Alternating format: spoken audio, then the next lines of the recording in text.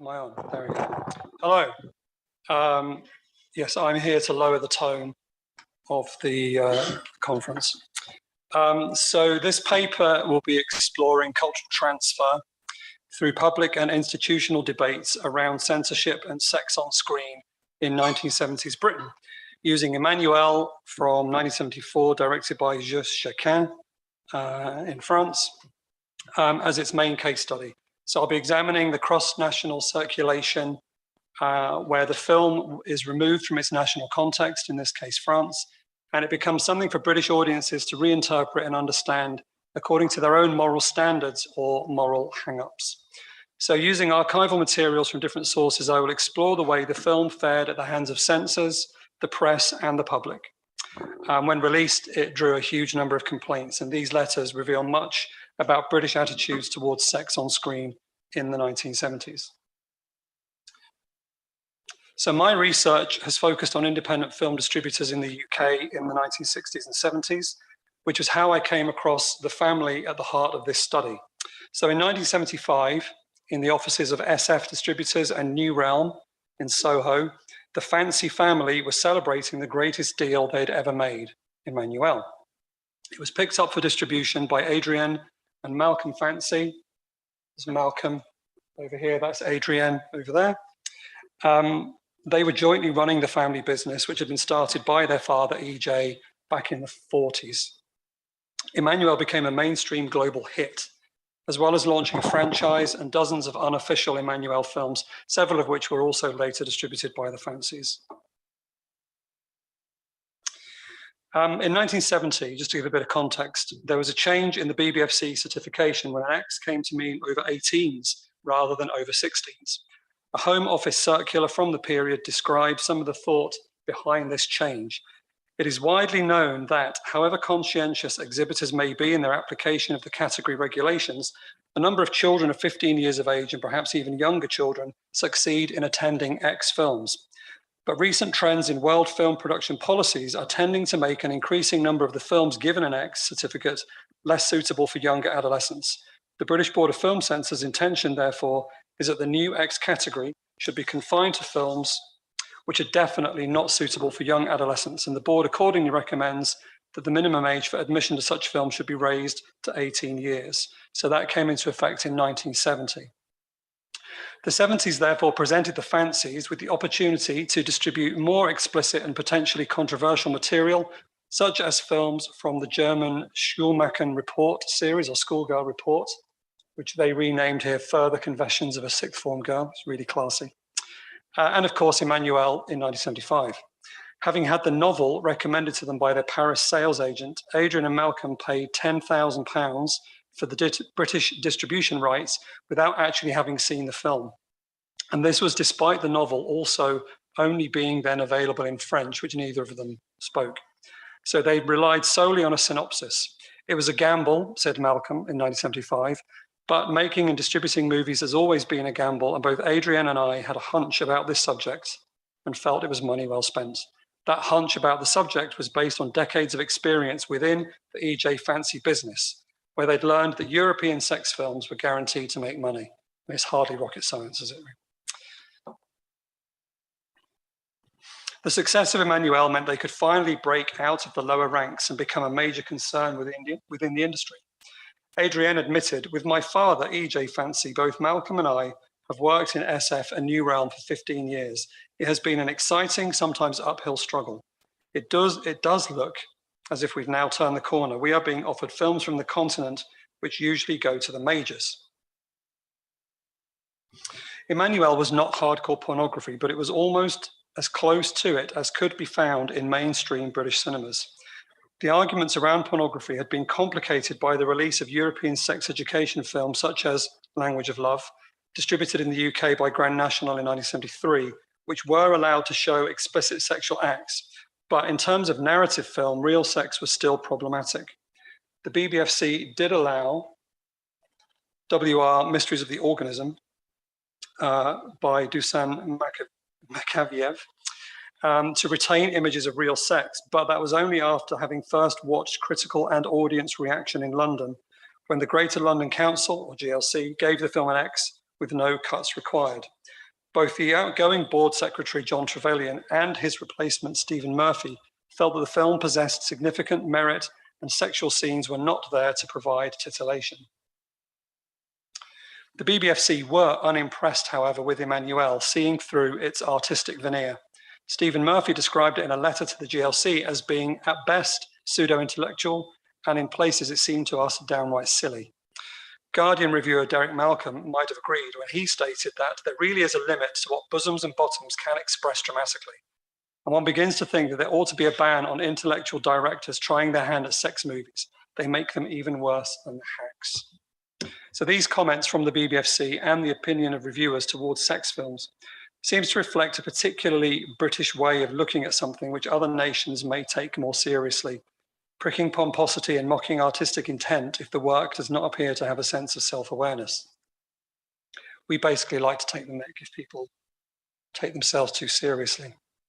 So 9 cuts were required to Emmanuel for an X certificate when it was submitted to the BBFC in the summer of 1974, which included some subtitled dialogue, as well as specific imagery of masturbation, 2 references to lesbian lovemaking, a nightclub girl smoking a cigarette through her vagina, and reductions to the rape scene in the boxing club.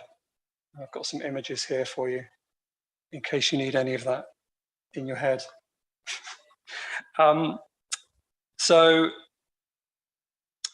the latter scene in particular, this one here, would become a source of trouble 5 years later when the film was reviewed by the BBFC and the rape scene had to be removed completely owing to an application of the deprave and corrupt test under the 1959 Obscene Publications Act. So the fancies were upset at the number of required cuts. So they withdrew the film and submitted it instead to the GLC at the end of July 1974 in the hope that they might receive an easier ride. As I mentioned, WR was screened completely intact by the GLC. So upon this news, BBFC Secretary Stephen Murphy wrote to the GLC to explain the board's position. The board did not reject this film. We asked for certain cuts to be made in it, and the distributor is unwilling to make the cuts. I must also stress that we've not seen the film, as I believe your committee will, in a subtitled version. We worked from the original French with a TypeScript translation. In our view, it remains basically a sexploitation piece. It is beautifully shot in beautiful locations and has an air of elegance about it, lacking in more normal sex films. Nevertheless, the thought is at best pseudo-intellectual and in places seemed to us downright silly. We did not feel that this was a film of such outstanding merit that we should treat it as an exception to our normal standards about sexploitation films. And it's also interesting to note that during a phone conversation between Stephen Murphy and a Mr. W. Tofts at the GLC, he mentioned that the only scene he had concerns over was the smoking nightclub girl, and he had suggested to New Realm that they remove it before submitting it to the GLC. Now, it's not entirely clear why from the archival material, but New Realm changed their minds 2 weeks later and came back to the BBFC. Malcolm Fancy simply explained, we've now decided not to submit Emmanuel to the GLC, but we'll continue discussions on the cuts with you. Perhaps they realized that receiving a BBFC certificate would make nationwide distribution easier than having to submit Emmanuel to each individual local authority. And this decision seems somewhat rash, given that the GLC were then operating under slightly different censorship guidelines to the BBFC. When the GLC was established in 1965, the Film Board was established in 1965, it acknowledged that censorship infringes one of the most fundamental human liberties, freedom to communicate ideas to others. The founding members of the council resolved that its film censorship powers should be restricted to preventing the kinds of harm which the law seeks to prevent in its provisions related to the printed and spoken word. So under those circumstances, there was a good chance the GLC might have been more lenient on Emmanuel. So they eventually caved in and agreed to those 9 cuts. And the film was then seen again by the BBFC, and a few tweaks were required, as you can see here, just a few extra little cuts to the scenes that had already had cuts made. After that, the film was finally ready. Advanced publicity for Emmanuel meant that it was already a known quantity by the time the film received its premiere. A Daily Mail article in August 1964 speculated a sensational new sex film which has taken Paris by storm may soon be unveiled in London. And it described the film as having exquisite color photography and a pseudo-intellectual script. And the writer suggested, in my view, the sex scenes are dynamite but not dangerous. Mary Whitehouse and Lord Longford may have other ideas. And I'll come back to who those two are in a moment. The Columbia Pictures campaign book for the US release called Emmanuel an Ex you can take your wife to. Not sure if that really was true, but there you go. It goes on to explain that it's a film that doesn't make you fidget in the explicit scenes, and after the film is over, you don't find yourself making a hasty departure while scrupulously avoiding eye contact, which is good to know. So the film received its UK premiere in September 1974 at the Prince Charles Cinema on Leicester Square, with an invite to the event actually sent to Stephen Murphy at the BBFC. So although it was submitted for certification by New Realm, it was put out under the SF distributor's name under a blaze of publicity. The poster was a variation on the well-known image from the film, only this time Emmanuel is covered up. The original French biblical themed imagery of the apple, bear bottom, and snake was planned to be used in local advertising, but it was initially banned in London by the Cinema Industry Publicity Company and was not allowed on the Underground, British Rail, and outdoor sites. It was eventually agreed after some discussion that it would be allowed on London buses high up, out of reach of graffiti artists. Magazines also ran spreads with images from the film, such as this one from Cinema Blue. It was actually the first issue of Cinema Blue, and one is tempted to think that the magazine was probably created specifically because of this film. The film received a mixed critical reception, often reflecting again that British sense of humour when presented with something serious and artfully pretentious, and perhaps especially when it is French. Watson went to see the film at the Prince Charles and describing it as top drawer pornography, explained that some sort of seriousness is attempted by some ridiculous mumbo-jumbo about sexual maturity and the way to attain it. Monthly Film Bulletin described Emmanuelle as a pompous tract on voyeurism, lacking in both spirit and eroticism. Kenneth Rive of a company called Gala Film Distributors, they were another British company who specialized in European imports. He personally expressed regret not having acquired the film for himself. He said, I would have bought, this was actually in his obituary, I would have bought Emmanuelle had I had the chance. That is the type of sex film that deserves the success it is having. So Emmanuelle's high profile advertising campaign and the news stories about this sizzling new film from Paris meant that there was a lot of public attention. Whereas many European sex films flew under the radar, Emmanuelle was mainstream, and it did not take long before complaints began to come in from the public, with some calling for the BBFC itself to be abolished. In one letter to the board, in which the humiliating role women are shown to play in the film is highlighted. Never has the expression male chauvinist pig been more applicable. The main source of complaint is regarding the dialogue of Emmanuelle, which projects a false concept of the relationship between love and sex and the role of sex in marriage and society. James Furman, who had recently taken over the position as BBFC secretary, and therefore inherited quite a headache from Stephen Murphy, replied to this letter to explain areas of public morality have always been subject to evolution, and it is sometimes difficult to determine whether freedom of speech shall go as far as to include what you would call a subversing and damaging message. We do see roughly 500 films a year, however, and I assure you that we take our responsibility extremely seriously. It could be that complaints were initially a bit slow in coming through. Stephen Murphy had responded just before he left to an inquiry from Worthing Town Council in April 1975 regarding the film, suggesting that save from one communication from the nationwide Festival of Light, neither we ourselves nor the distributors have received any complaint. We must assume, therefore, that the cinema-going audience does not find Emmanuelle objectionable. I think he was just a bit optimistic there. So the Nationwide Festival of Light were a Christian organization who aimed to protest against sex and violence in the media, with prominent members including Lord Longford, active morality campaigner Mary Whitehouse, and pop star Cliff Richard. According to one survey conducted by the Nationwide Festival of Light, a school teacher told them, as a teacher of girls aged 14 to 16, I'm very concerned about the effects that films are having on this age group. Many of these girls come from deeply disturbed backgrounds and go out a lot in the evenings. Many get into X films 2 or 3 years underage and have seen how difficult it is to enforce the age limit on them. The NFOL inspired many to take a stand against the rising tide of immorality as they saw it, and this can be seen in the archives of the GLC. They received one particularly strong letter of protest, typed almost entirely in uppercase, claiming to be from 300 parents of 18-year-old boys and girls.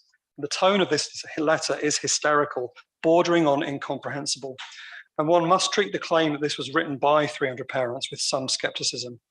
It begins, we protest against the London Council's criminal proposal to deliberately bombard our teenage sons and daughters with a new flood of uncensored, pornographic, obscene films at a time when our vulnerable teenagers are suffering from so many sexual problems of illegitimacy, abortions, and epidemics of venereal diseases.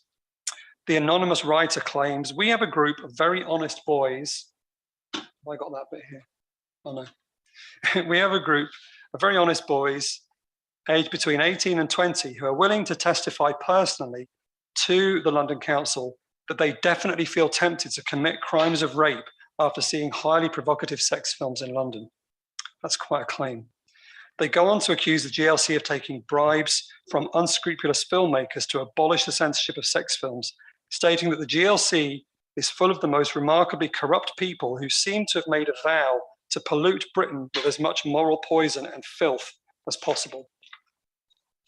So the writer had seen a television interview with a disgusting woman from the Greater London Council, which was most likely Enid Wistrich, who was Labour councillor and head of the Film Viewing Board. She was openly campaigning to abolish film censorship in London. so it was probably her. Having now lost all pretense of a seriously minded concern, the writer exclaims, "I am convinced this woman must be mentally defective or else diabolically evil, and that the GLC is composed of dishonest, wicked, dishonest liars and deceivers." Clearly written, I think, by someone a little unhinged. Despite the BBFC X certificate, local councils still held the power to ultimately decide what could show in their cinemas, owing to the peculiar arrangement devised back in 1912, when the need for certification arose out of a need for fire safety regulation in cinemas. As such, some councils were able to ban Emmanuel outright. One example was in Colwyn Bay in North Wales, where after one screening to the council's service committee, it was banned from the town. And this was following 3 letters being submitted to the public containing 18 signatures requesting that the film be viewed formally. The committee, all men, I should add, were outspoken. They invited the press along with them, so they made a big public show of the whole thing. Councillor Trevor Jones suggested, he said the film was horrible and disgusting, and it's worse than the animals in the field. Another said it made a mockery of marriage, whilst another said any person from my area would be revolted to see it. We have morals in Ceredigion. Young people there have been brought up in the church and would have been degraded by seeing it. It was replaced instead by another New Realm distributed film, Diary of an Nymphomaniac, a much safer choice, clearly. The critics and public campaigning did not appear to trouble the fancies or the box office. It was still showing the Prince Charles in May 1975, having played straight for 29 weeks. It was still playing in October of 1975. By November, 3 million people had seen it at the Prince Charles alone. A new advertising campaign was run after 6 months, where they claimed that X has never been known for its elegance or for its beautiful people, for its intelligent storyline, or for its brilliant photography, concluding that Emmanuel was the first film of its kind that makes you feel good without making you feel bad. Kind of like how you all feel watching this today. There was an ad here from New Realm and SF, which just shows how well the film was doing around the country. This was after 4 months, and they were clearly optimistic and were building up a huge number of other films, which they hoped would repeat the Emmanuel success, including Immoral Tales and Une Fille Assassinée. Okay, nearly there. So research conducted by the GLC in the mid-70s, when they were looking at abolishing film censorship, they found that only 8% of the general public said they'd ever actually been upset by indecency in a film. As the managing director of EMI said to the council at the time, the only true national taste is for films like Emmanuel. Everybody likes sex. Based on that research, Ian Wistrich felt that what evidence we have from public opinion surveys shows that people are less shockable than might be supposed about sex. So Emmanuel paved the way for a new level of softcore explicitness on screen in British cinemas. But no single sex film achieved that level of infamy or public outcry again. It seemed to be a perfect storm of ratings changes and a relaxation of attitudes towards sex and nudity from the BBFC and left-leaning authorities like the GLC on one hand, with the formation of moral campaign groups like the Festival of Light and like the work of Mary Whitehouse on the other. If Emmanuel had not been the film at the heart of this public debate, there's no doubt that another cause celeb might have come along. Maybe if Deep Throat hadn't been seized at customs on its way into the country, that could have been one that would have rallied the troops. So I feel that this case study demonstrates the importance of considering the impact of films on audiences outside of their countries of origin. Examining the distribution, exhibition, and reception of Emmanuel reveals as much about social attitudes and industry practices as Emmanuel herself did up there on the big screen. Thank you.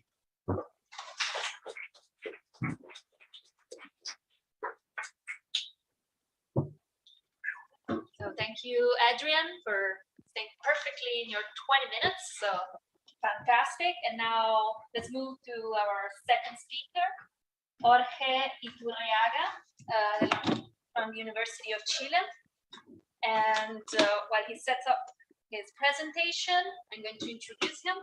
So Jorge is doctor in history and is currently assistant professor in Instituto de la Comunicación e Imagen at the University of Chile. His research focuses on cinema and media reception. In 2015, he published La Masificación del Cine en Chile, and he's now leading the project Film Censorship in Chile, 1960-2000. And today he's going to present a paper titled Comparing Chilean Film Censorship Data in the Second Half of 20th Century.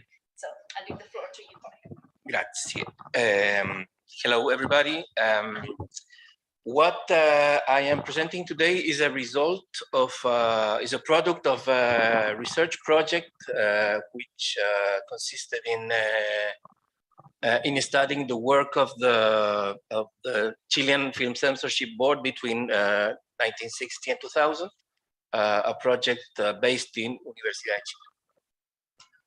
And the object of the project, the object of study was the archive of that institution, Consejo de Censura Cinematográfica, which in 1974 changed the word censorship to qualification or rating, the concept of the work, right? Not censorship, but rating, and that was in dictatorship. So the project is based on examining the records of rating sessions. We can see 4 examples right there. And with those records, with those documents, we build a database with more than 12,000 titles, right? Between 60 and 2000. 1960 to 2000, right? And what information can we find in those records?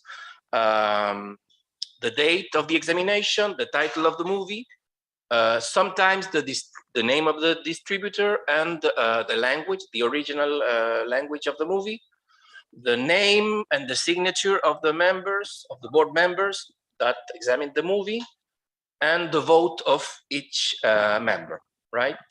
There are no comments, there are no depictions of the movies, explanations, judgments at all. It's very economic information, no quality information, in contrast to what we just saw, depictions and explanations of why the movies received this or that category or rating, right?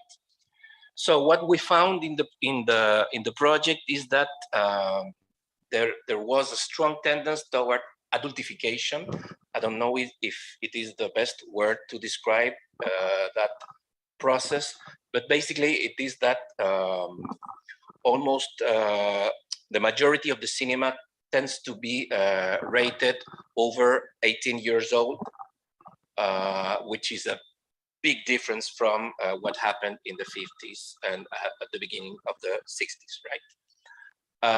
There is also big differences between government periods, because we're talking about an institution that is very controlled by government in the definition of the legislation itself. No? The majority of the members of the board members are designated by the government. Okay, so in the socialist period, socialist government period, between 70 and 73, Salvador Allende was the president. There was a very tolerant and liberal institution.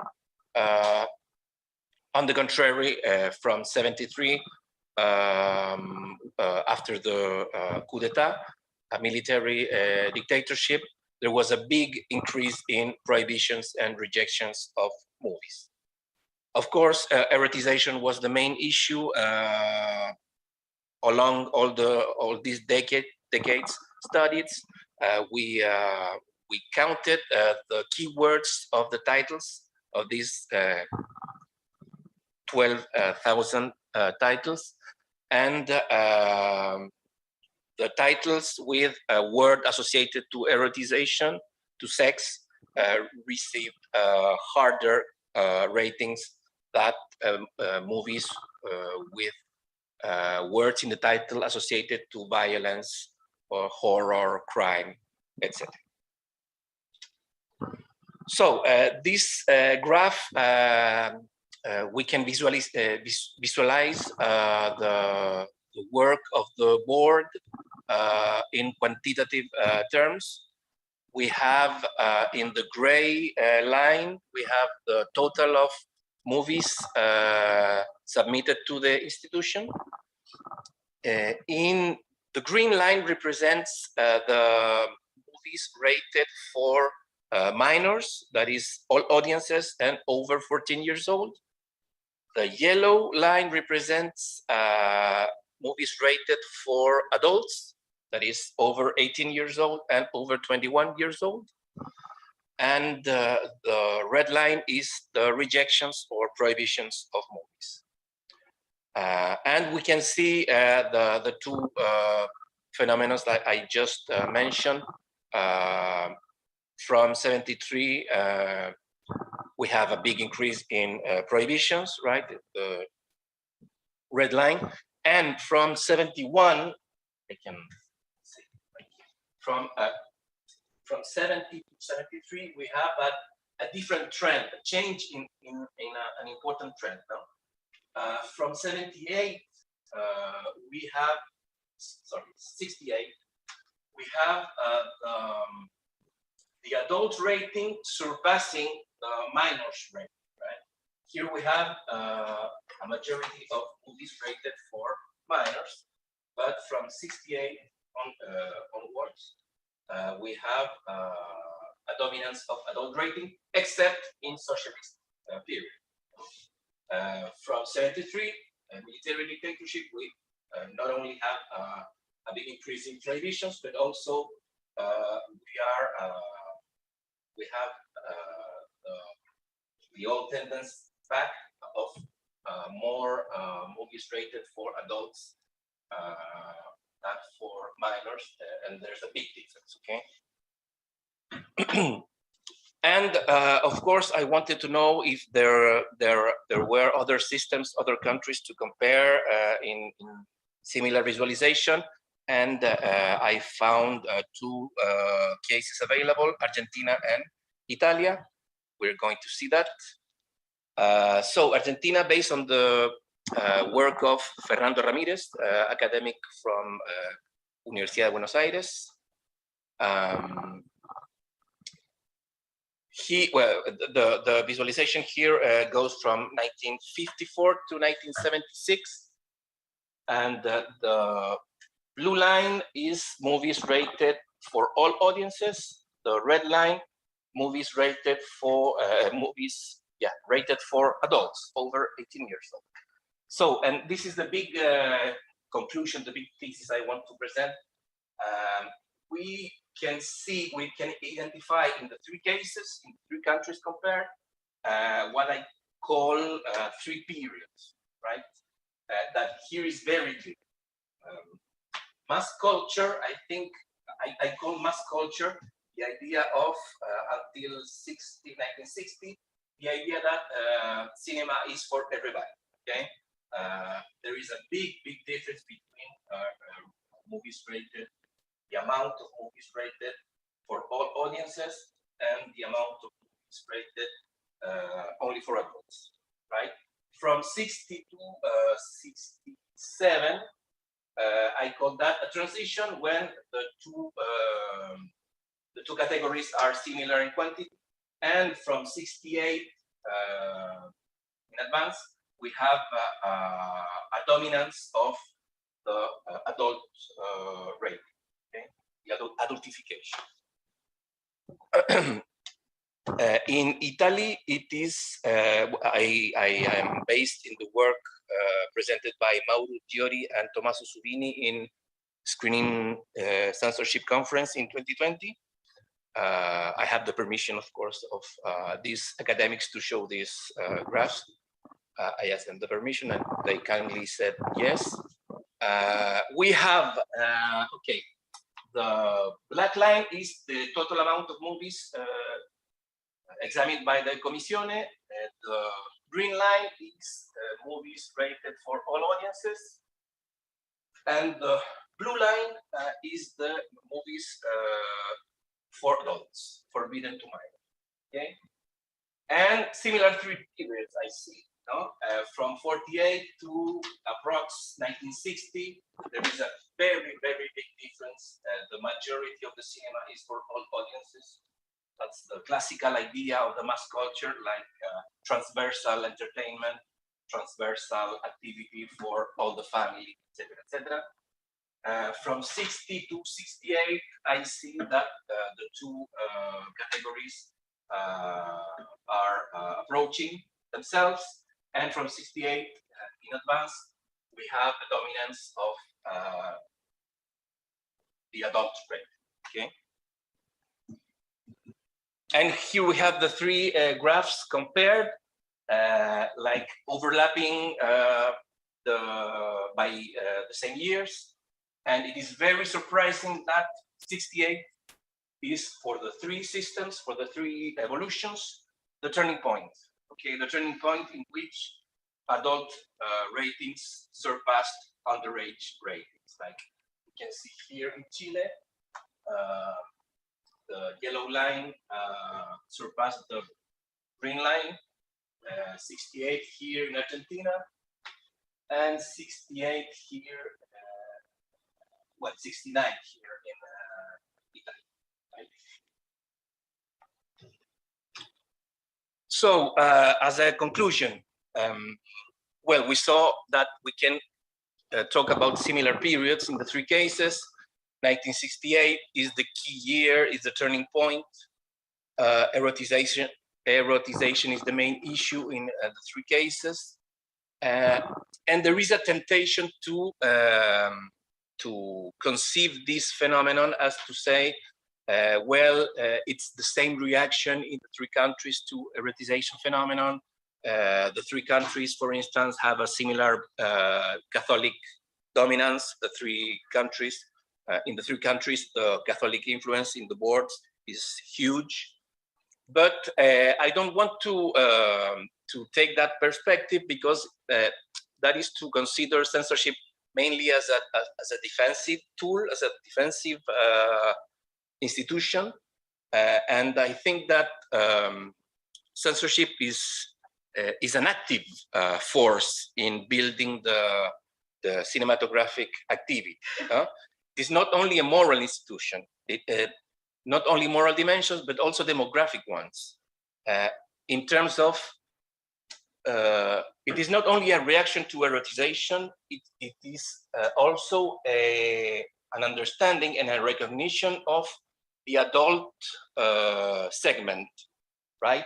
We are talking about a moment in the history of cinema where we leave the classical idea of entertainment for all family, and the companies understand that there are segments. Okay, they find that there is a cinema for teenagers, there is a cinema for adults, etc., etc. No?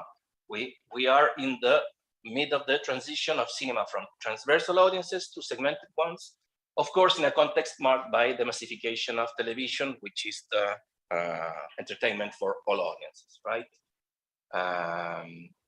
So censorship not only as a defensive reaction, as a kind of filter, but an active configurator of the market. What I'm saying is that censorship is not an effect of erotization, but also a cause of it. Because, and that I discovered in Chile, in the Chilean case, that distributors, because censorship was harder at the end of the 60s, distributors said, okay, if censorship is going to play by these rules, we are going to import adult movies, because that is going to be the final judgment of the censorship of the board. So in a context of adultification of the ratings, erotic movies represent a safe investment for distributors, a quick return, of course, less uncertainty because it is a certain investment, and also censorship causes that in production countries, production countries, yes, they tend to exaggerate the transgressive and the extreme content because they know that censorship is going to cut a lot of scenes. So instead of putting 5 scenes of sex, I'm going to put 10 scenes of sex because I know they are going to cut 3 or 4.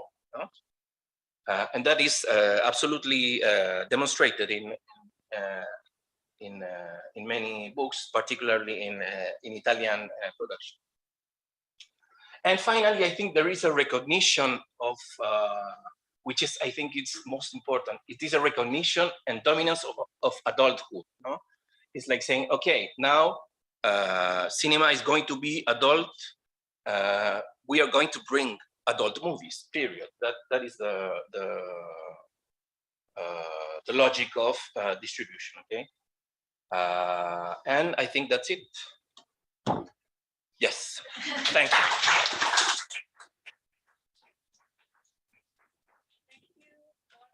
For this wonderful presentation. I will invite here at the table our third and last speaker, Pete Turner, also colleague, so all in house. So Pete is lecturer at Oxford Brookes University, where he teaches on the film, digital media production, and media communication and culture courses. He's the author of Found Footage Horror Films, A Cognitive Approach, and a monograph on the Blair Witch Project as part of Authors Devil's Advocate series.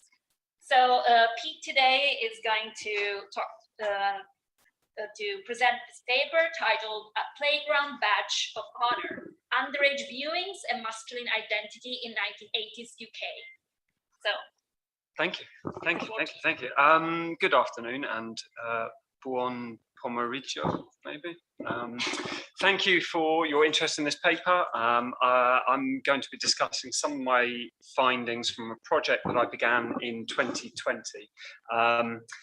I did speak about this at the last HoMER conference, but just in case anyone didn't see that, I'm sure lots of you didn't see it, so I'll just introduce the project very briefly.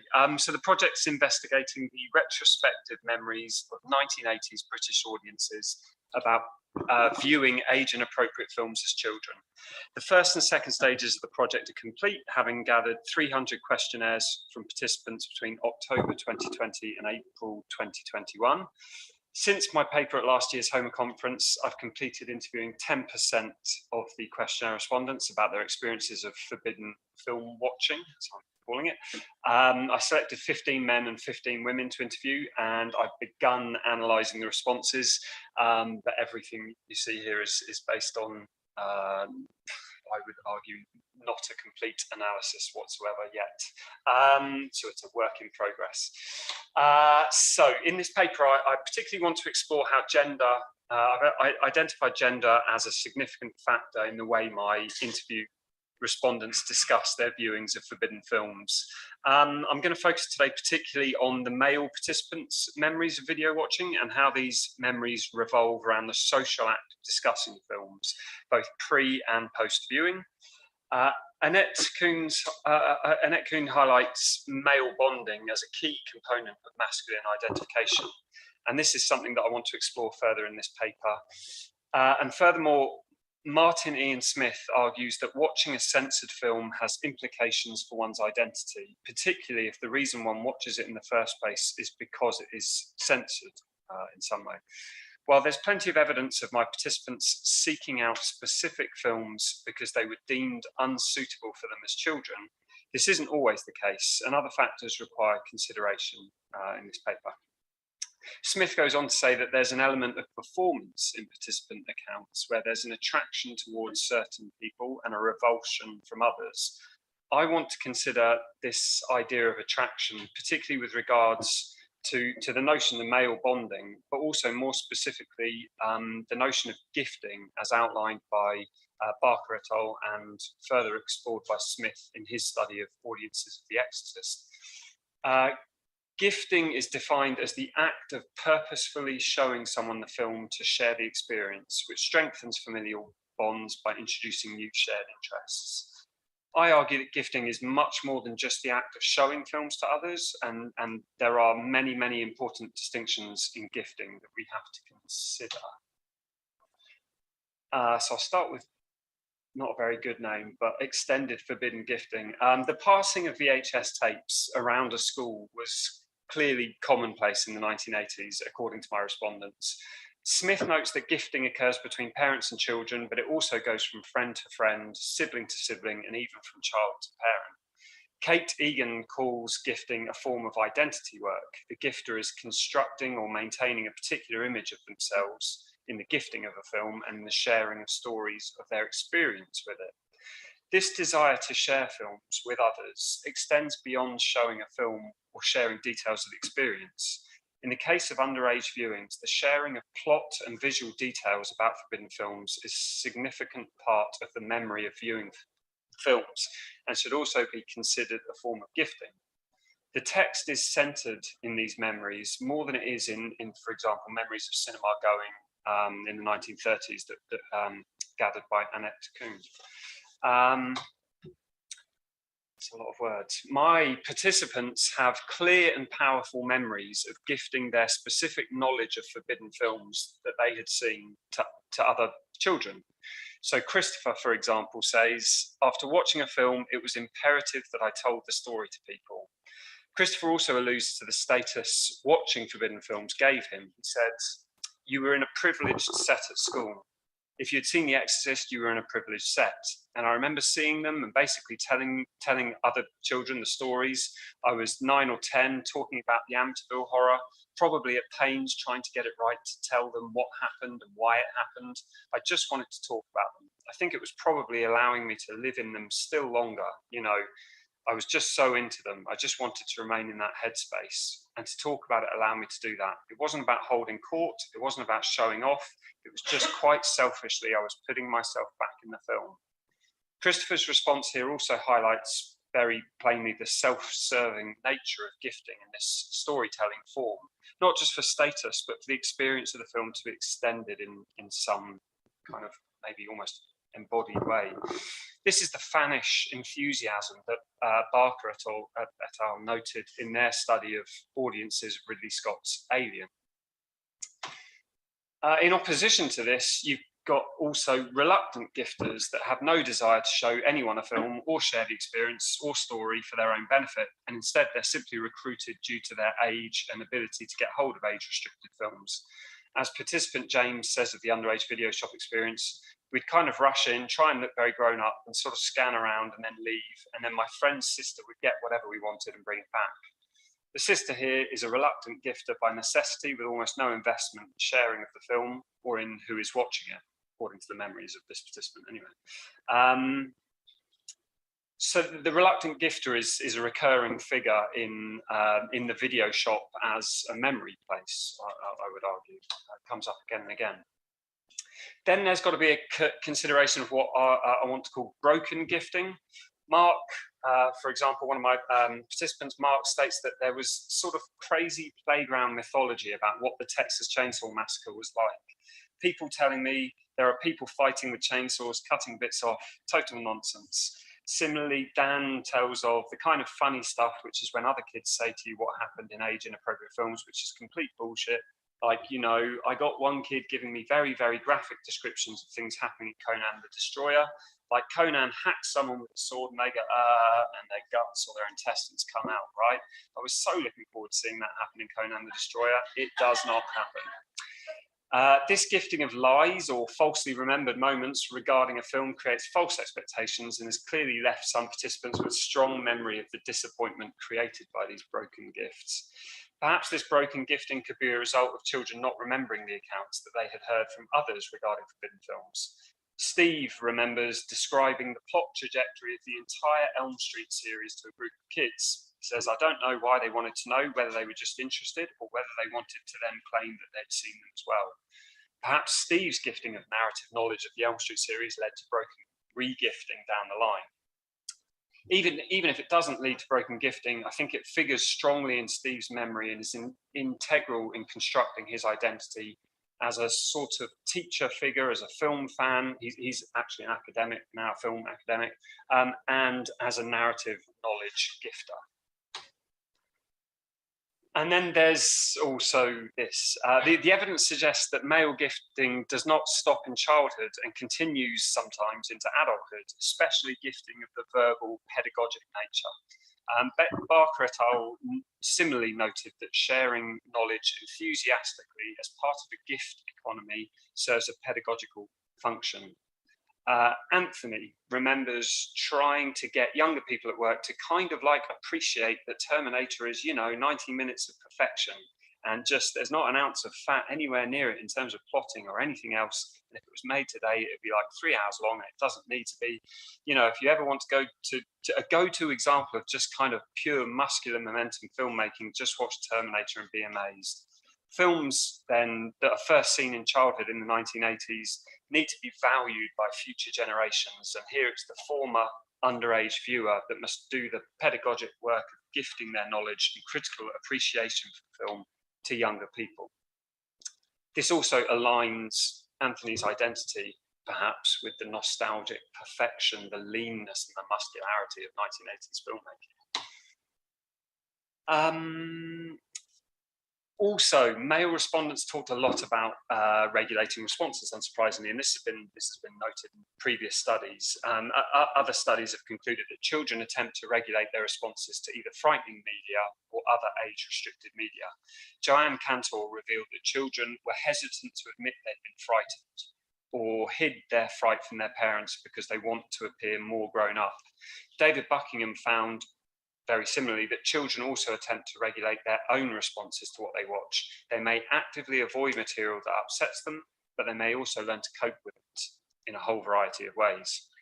One of my participants, Ash, like many other participants, acknowledges the feeling of maturity that comes with watching age-inappropriate films with parents.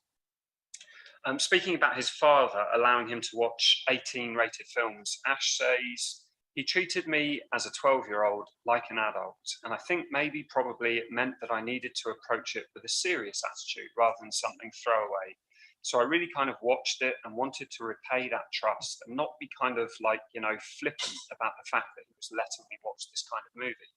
So maybe I invested in it and concentrated a little bit more than I would have done normally."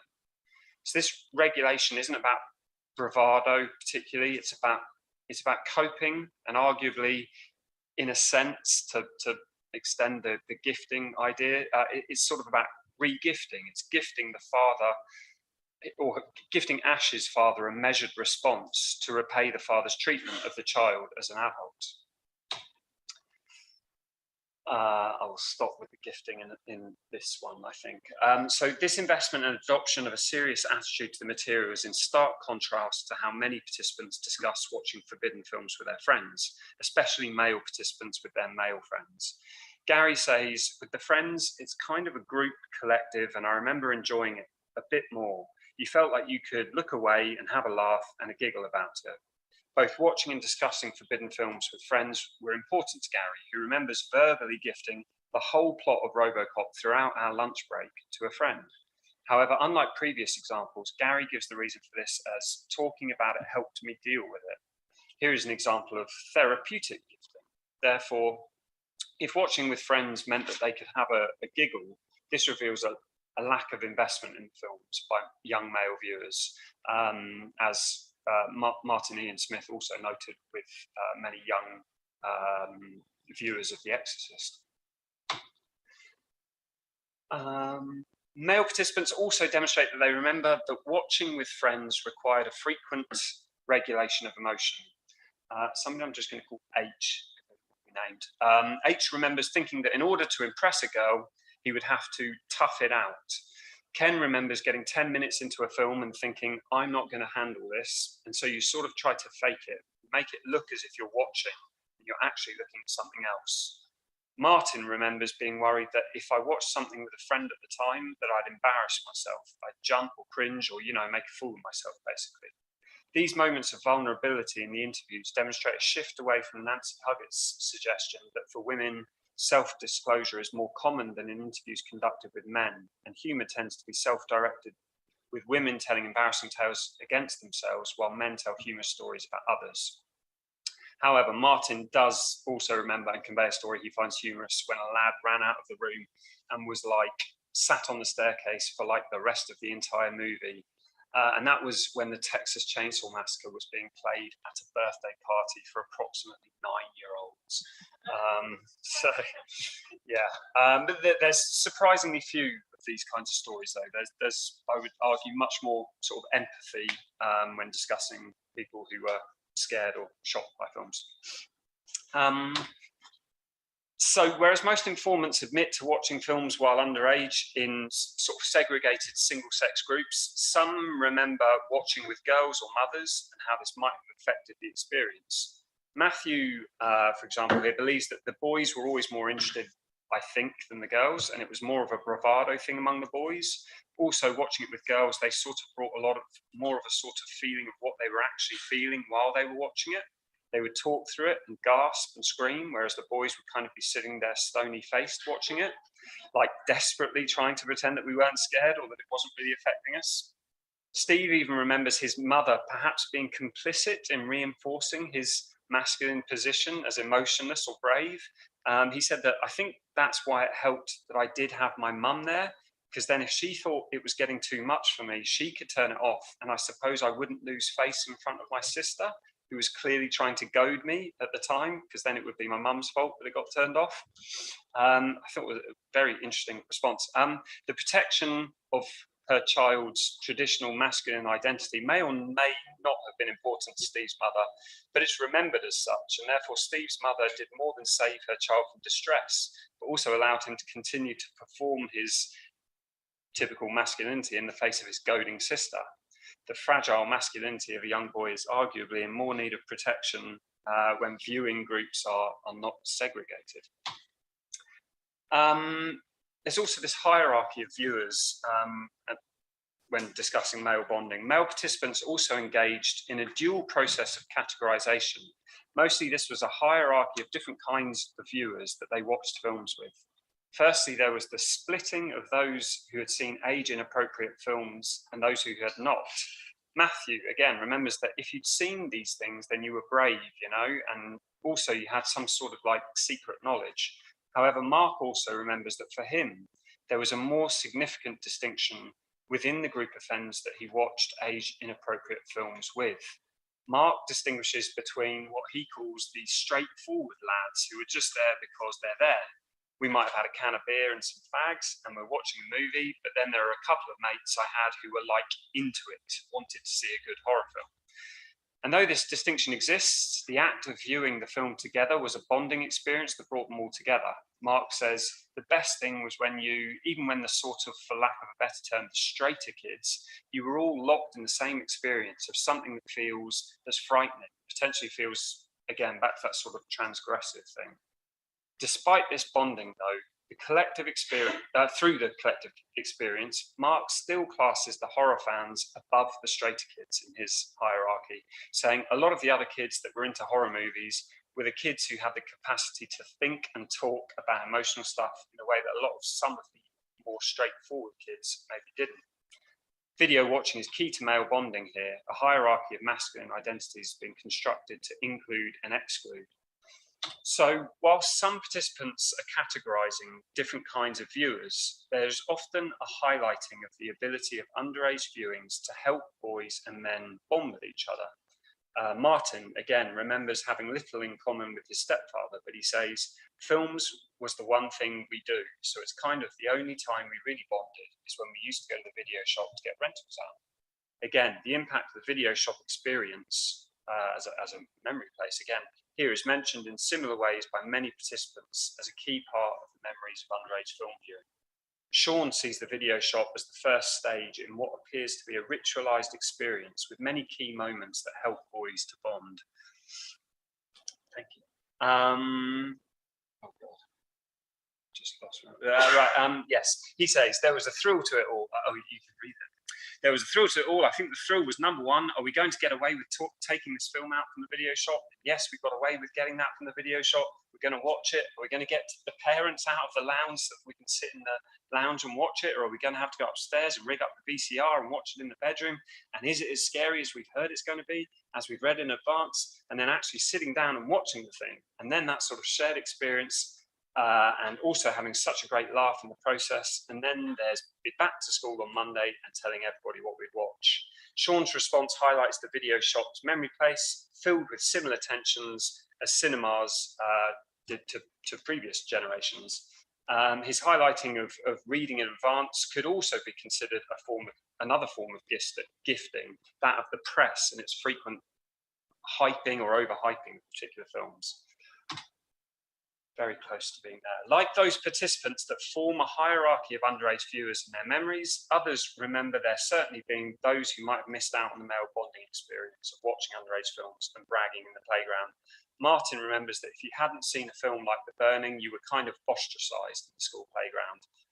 Younger members of a group of children that watched age-inappropriate films together remember feeling included. Ken says, it was feeling included. I guess you're aware that you were not quite an adult, but you were being invited into that group. Right. What the memories of many of my interview respondents demonstrate is that age-inappropriate film watching formed a pattern of consumption that was quite unique in the history of film reception. Gifting of films is integral to the youth subculture of 1980s Britain. Gifting needs to be expanded beyond showing a film to another person. The benefits of gifting for gifter and giftee are many, and the recounting of narratives is a common theme in the responses of particularly male interviewees. It is a central part of male bonding, which is another significant part of the desire to watch forbidden films. Male bonding also comes with a hierarchy of viewers for some interviewees. Those who did not watch age-inappropriate films have the lowest status, but within those that have seen films while underage, memories still include some categorizations, such as the children that watched films because everyone else did, and the children that took films more seriously. While I've discussed here the significance of regulating responses and forming traditional expectations of masculinity, I also just want to finish by highlighting the importance of age-inappropriate films to many of the informants. It was not simply about bravado, bragging, and gaining a playground badge of honor, as one participant put it. Many respondents were keen to demonstrate that this is where their love of film began, and it is a love of film that has led them to take up careers in making, writing about, or studying films. That's some references. Thank you very much.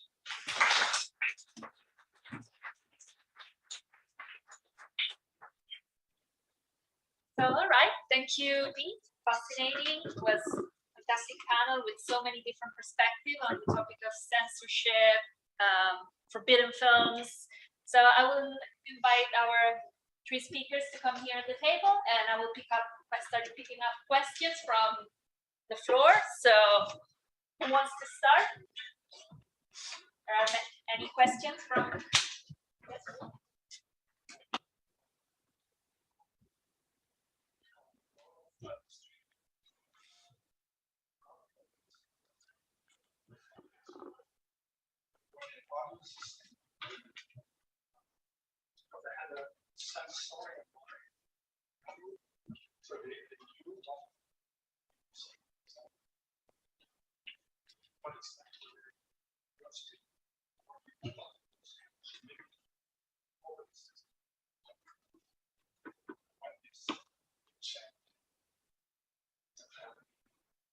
No, you can go.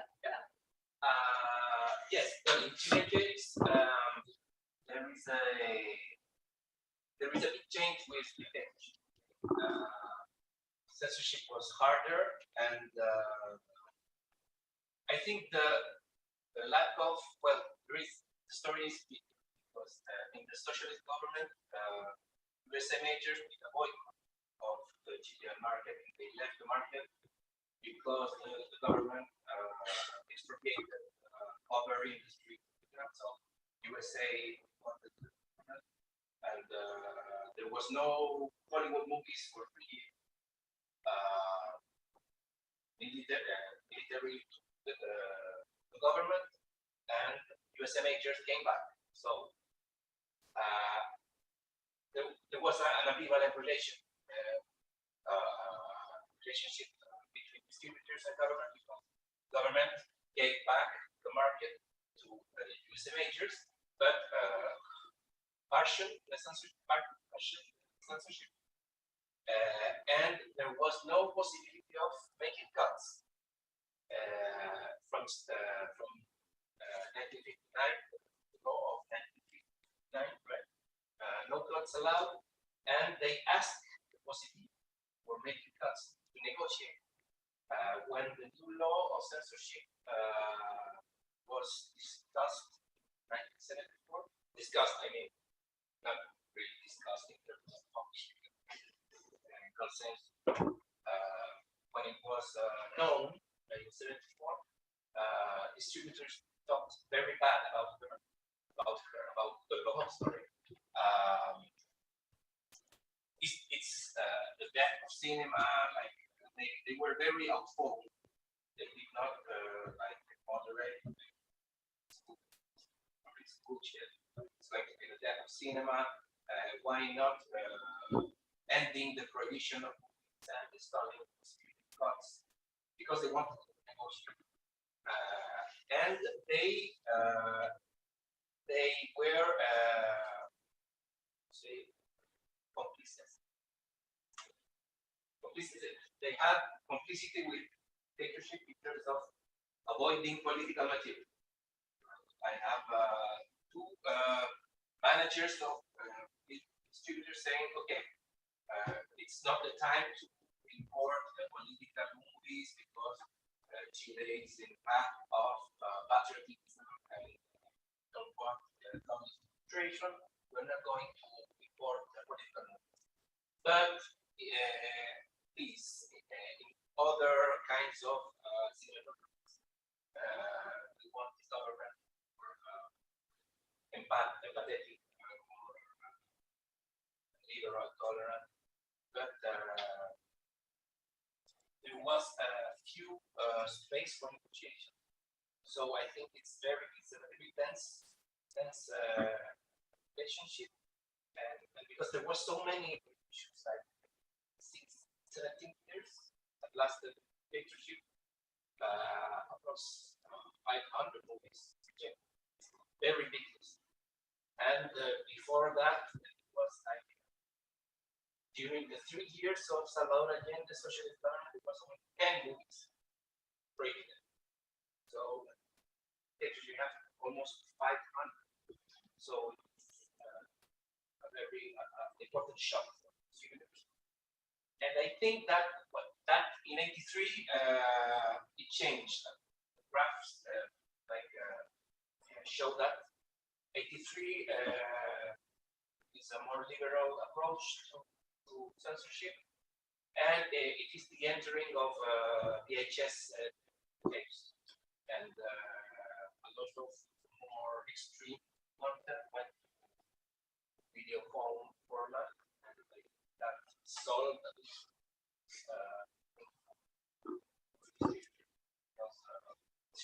also went. Thank you, Jorge. Any other questions from Natasha? Jorge. And George.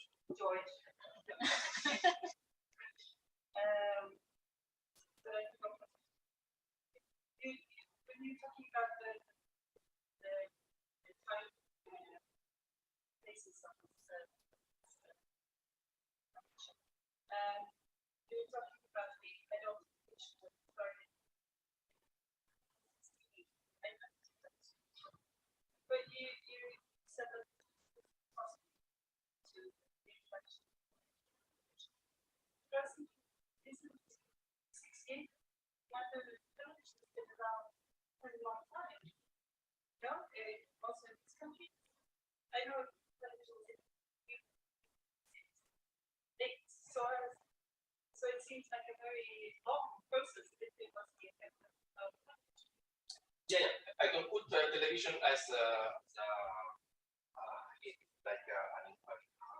specific cause of that identification. massification.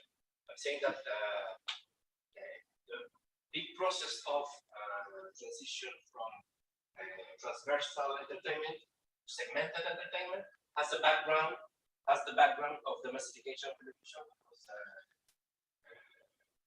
the film has to be more competitive as the television. But there is no direct relation between 68 and television.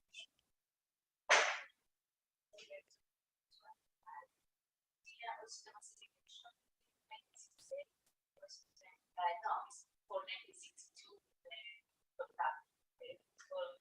Cup. So basically, before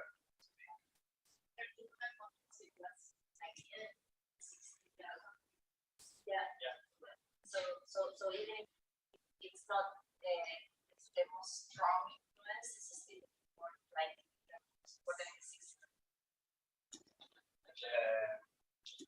At the beginning, until 1970, in 1970 there is a TV legislation in Chile,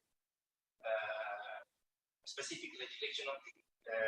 Until that year, the Film Censorship Board examined also the movies for television, and from 70, that was they left that material. But I don't think that television has a direct impact on 68, being 68 only that one. And this one that you probably answered this, you said this. My question. So my question is, it's really interesting. I really appreciate but you concentrate on men. But I'm sorry, I missed. Why were you concentrating on the boys? Was this going on also for other genders? Well, so I haven't been looking through my interviews of the female interviewees as much yet, because I'll be honest, I didn't have enough time. So I focused on my male interviewees leading up to this.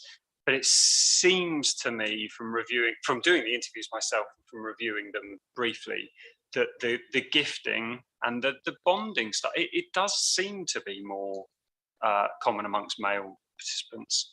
But I will tell you for sure once I've properly analysed the female responses. But yeah, it will. Hopefully I will do a much better comparison maybe next year. But, yeah.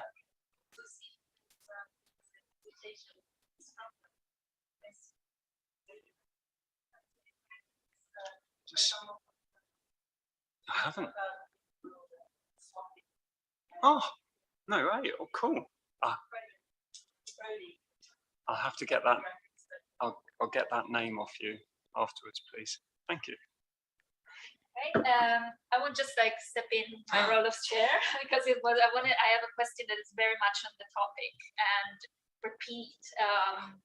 So since you are the interviewer and topic of male bonding, so you are a man. So I wanted to ask how your positionality in the study, kind of like your perception, as if you made any self-reflections on that, kind of interfere in these dynamics. If you see that in the interview process, your male interviewee tended to bond with you as well, and also in terms of generational matters as well, I think. So if you just some experience from the field to share. Yeah, that's a really good question and something I would like to reflect on more, but I haven't. I hope that I am I don't know if there's a sort of correct way of putting this, but I play low status, so I hope that no men feel they have to be like masculine and laddish with me or anything, because it was interesting. I don't know if there's something about the people I chose as well, because I'm choosing from these 300 questionnaires, and I chose 15 men and 15 women, and I based that on the responses they gave, coding that I'd done through NVivo and things. But so many of the male respondents are either film critics or film academics or filmmakers. So I don't know if there's if my film geekiness then I don't know bounces. I'm not making myself clear. But there is definitely something to be reflected on there. Yeah, I need to reflect on it better. All right, thanks. Any yes, Daniel?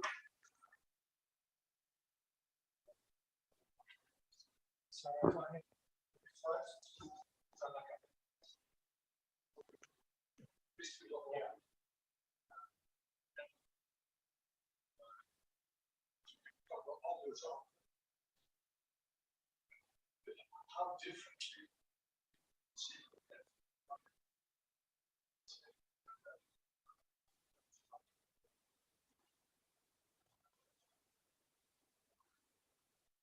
these are more progressive.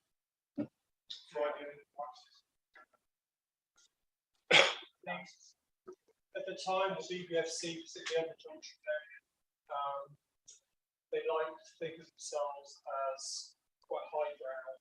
So if they felt that films had artistic merit,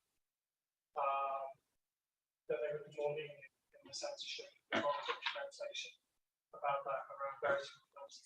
So you could have a sex scene in one film, and then an almost identical sex scene in another film. But one of those was a British director, then they would think of it as low quality and just cut it out. But if it was a European director who was respected on the circuit, on Cannes Prize and things, then they would be more inclined to allow it. Because the BBC did not publish like they do now. Now they have an actual list. You can find out what is required for a certificate, which makes it really easy for filmmakers. They know what they can get away with. Then there was no sort of detail. This is what you can get away with. This is what you can't. They took each film in individual merits, and they were very much apart, saw themselves as arbiters of quality. So something like which is the organism, which came after rating change anyway. They did allow it, but only after they've done a bit of a test to see how audiences are not responding. And then they let it through. But they've done other things like with people's persona. Ingmar Bergman in the mid-60s had an erection in it, which they let through, but because it was Bergman. Whereas if it had been something like, I don't know, Standing On, or something like that, just some quick, cheap British thing, it would have been cut right out with no second thought. So yeah, they were quite elitist. BBFC were all like, you know, ex-military colonel types, the public school people. And there are interviews with John Trevanian where he basically talks about how he doesn't like horror. Yeah, he sees himself very much as a little bit sort of like John, like the Greece get involved with the the BBC, that they are there to educate for like it wasn't just so they, to answer your question, yes, they treat films very differently. Who made them, how much perceived artistic. But what's interesting with Emmanuel, which is quite arty, they just saw straight through it. Saw this film's crap, and it is. And if anyone's seen it, it's terrible. But it's so pretentious, which in France maybe they would have got away with. But the British just saw it and thought this is a load of pretentious nonsense. So the fact that it's well shot, BBC comments on that in documentation, but they're still like, no, that's not enough this time. Whereas maybe it's like, right, maybe something that's more progressive. They see it more artistic. But they want to treat it. So, very good. Okay, yes, Maria? There was a technical fantastic, it's really, really interesting. And I have a question slash comment. So I'm gonna for sure. It's like it's very easy to see how the data is so consistent in the cinema memories, like the memories of cinema going from our people we are working with. So I'm working with people that used to be in their 20s in the perception of the 60s is that there was a change. And this change also has to do with before the celebrity was more like nice and clear and like healthy. And of course, children could go to cinema and everything okay. And parents will leave the people to the cinema. But then in the 60s, something happened that then, yeah, it was much more difficult. And, you know, so it's really, really great to have these kind of connections and cross over like the different type of sets of data and how they relate to each other and they kind of like because of the picture of what's actually going on. You know? So I don't know if you have like thought about like actually kind of talk about like what's the perceptions of that period or what? Well, I just remember there is a book, I am a best man, 1968, the year of. El año era. Like,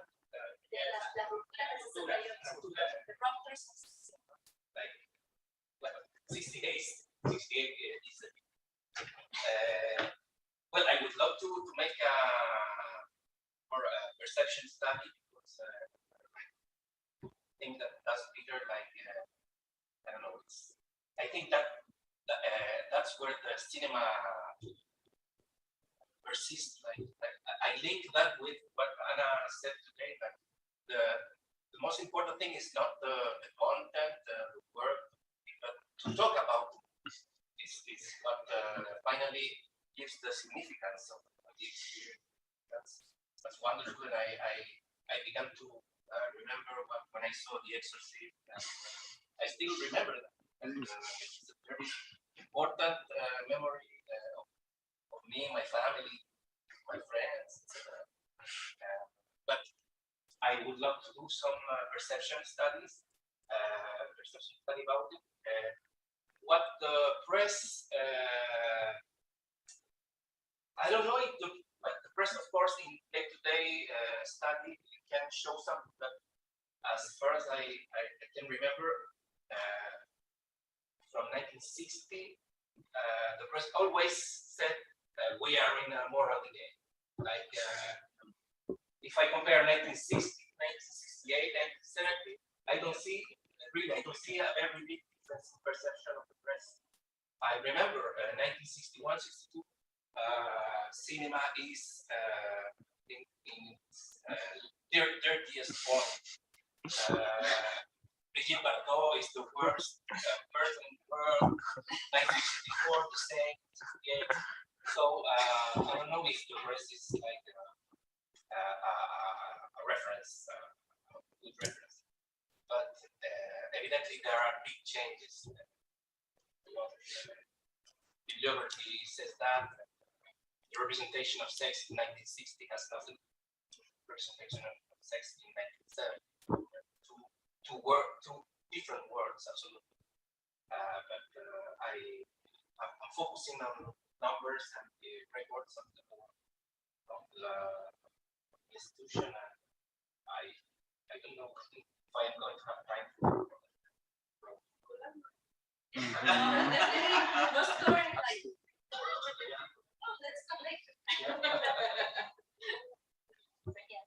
Turns out I have a memory of seeing The Exorcist the first time as well. So we have time for just another question, if there is anyone who wants to ask. Okay. Some kind of class distinction or graphical or a kind of response like uniform across class and race and so on. So I haven't been looking at race and class and things like that, but the only notable one that I can remember is that there's one male interviewee who, throughout his interview, referred to the fact that he was, in his words, I think he said something like below working class, as in no one in his family worked at all. And he said that his house was the kind of place. It all sounds, I don't know, maybe quite stereotypical. He said that it was the kind of place where there was no books, where you didn't discuss a film afterwards because it turned into fights or arguments about a film. People couldn't have their own opinions about films. And he said that nothing he saw in films was as terrifying as his home life. So that's the only thing I can tell you, is that there's one guy who mentioned class throughout his interview, and it wasn't a very pleasant picture of his social class. Sorry. Yeah. So I think we can wrap up and we can move towards the coffee break. Is it now? So thank you all. Thank you. Thank you. Thank you. all for the questions. Good job. Do we delete these?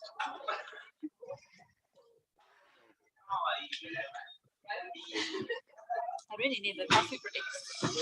That was a good question, meeting. you. Yeah, To but do that to me. because That's a really good question. it's what I do. Yeah. Because I use a lot of reflexivity to study. I'm going to have to read your stuff. I'm going to have to I read mean, it it's all. not just mine in general. No, I know. I read some really a really good article by Daniela. I think it was by Daniela and someone else on video interviews. It was amazing. Really useful. Thank you. Yeah, no, it's just, yeah, it's yeah, I mean, HoMER is good. Yeah.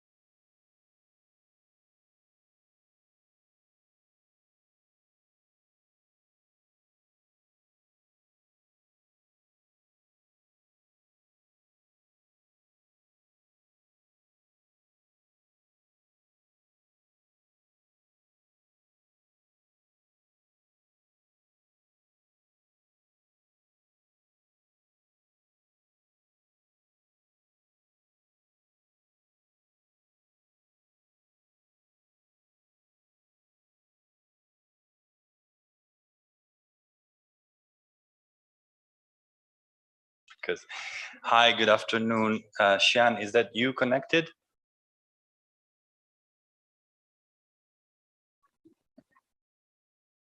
If you can hear us and see us, please let us know.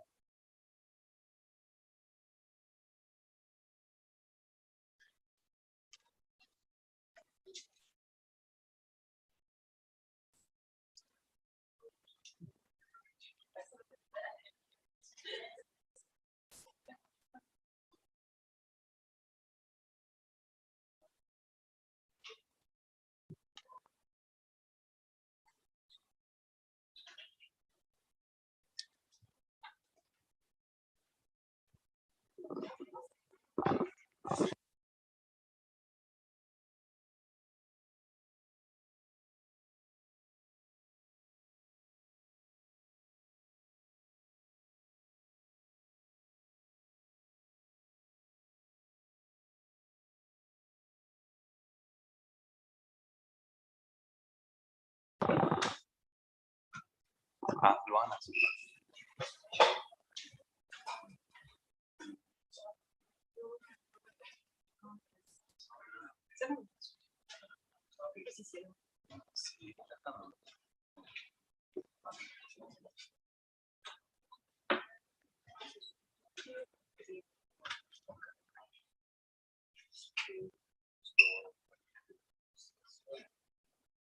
Se che connessa io la farei partire.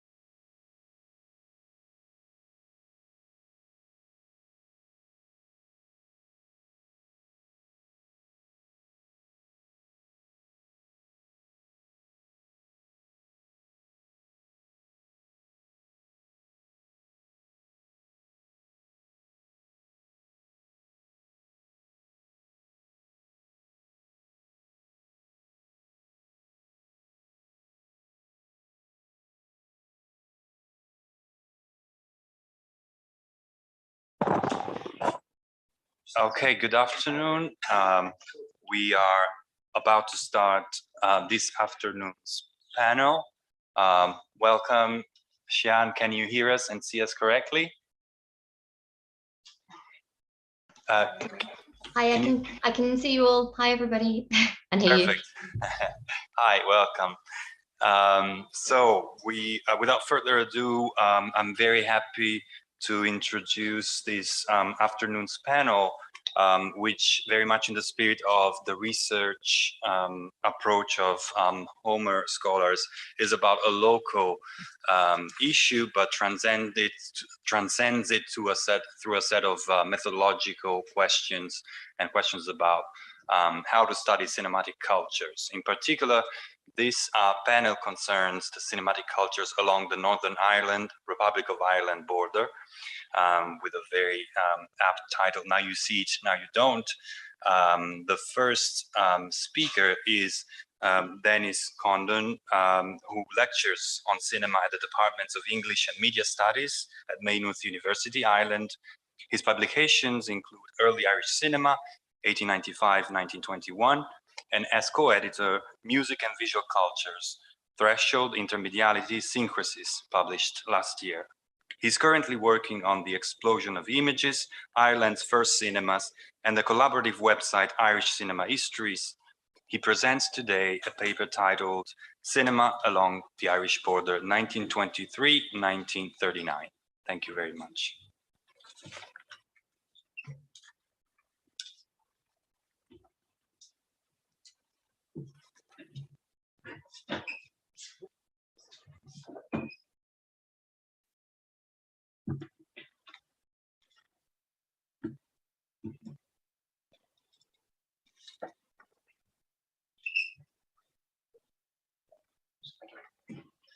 Thanks so much, Valerio, and welcome everybody. Thanks for coming to this panel.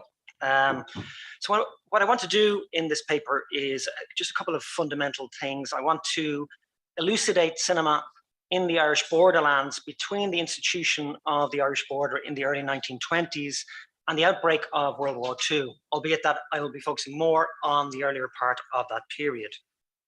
So this is a paper about cinema, but it'll have a good deal of history and geography. So let me start by pointing out, by way of promise, that the title image is of the evocatively named Frontier Cinema in the Northern Ireland town of Newry. The name of this cinema has intrigued me for a long time because it was given that name in May 1913, 8 years before the creation of the Northern Ireland border and the de facto partition of Ireland. In 1913, you know, what was Newry on the frontier of? That remains a question that I haven't answered, I have to say. Yes, I'm still working on that.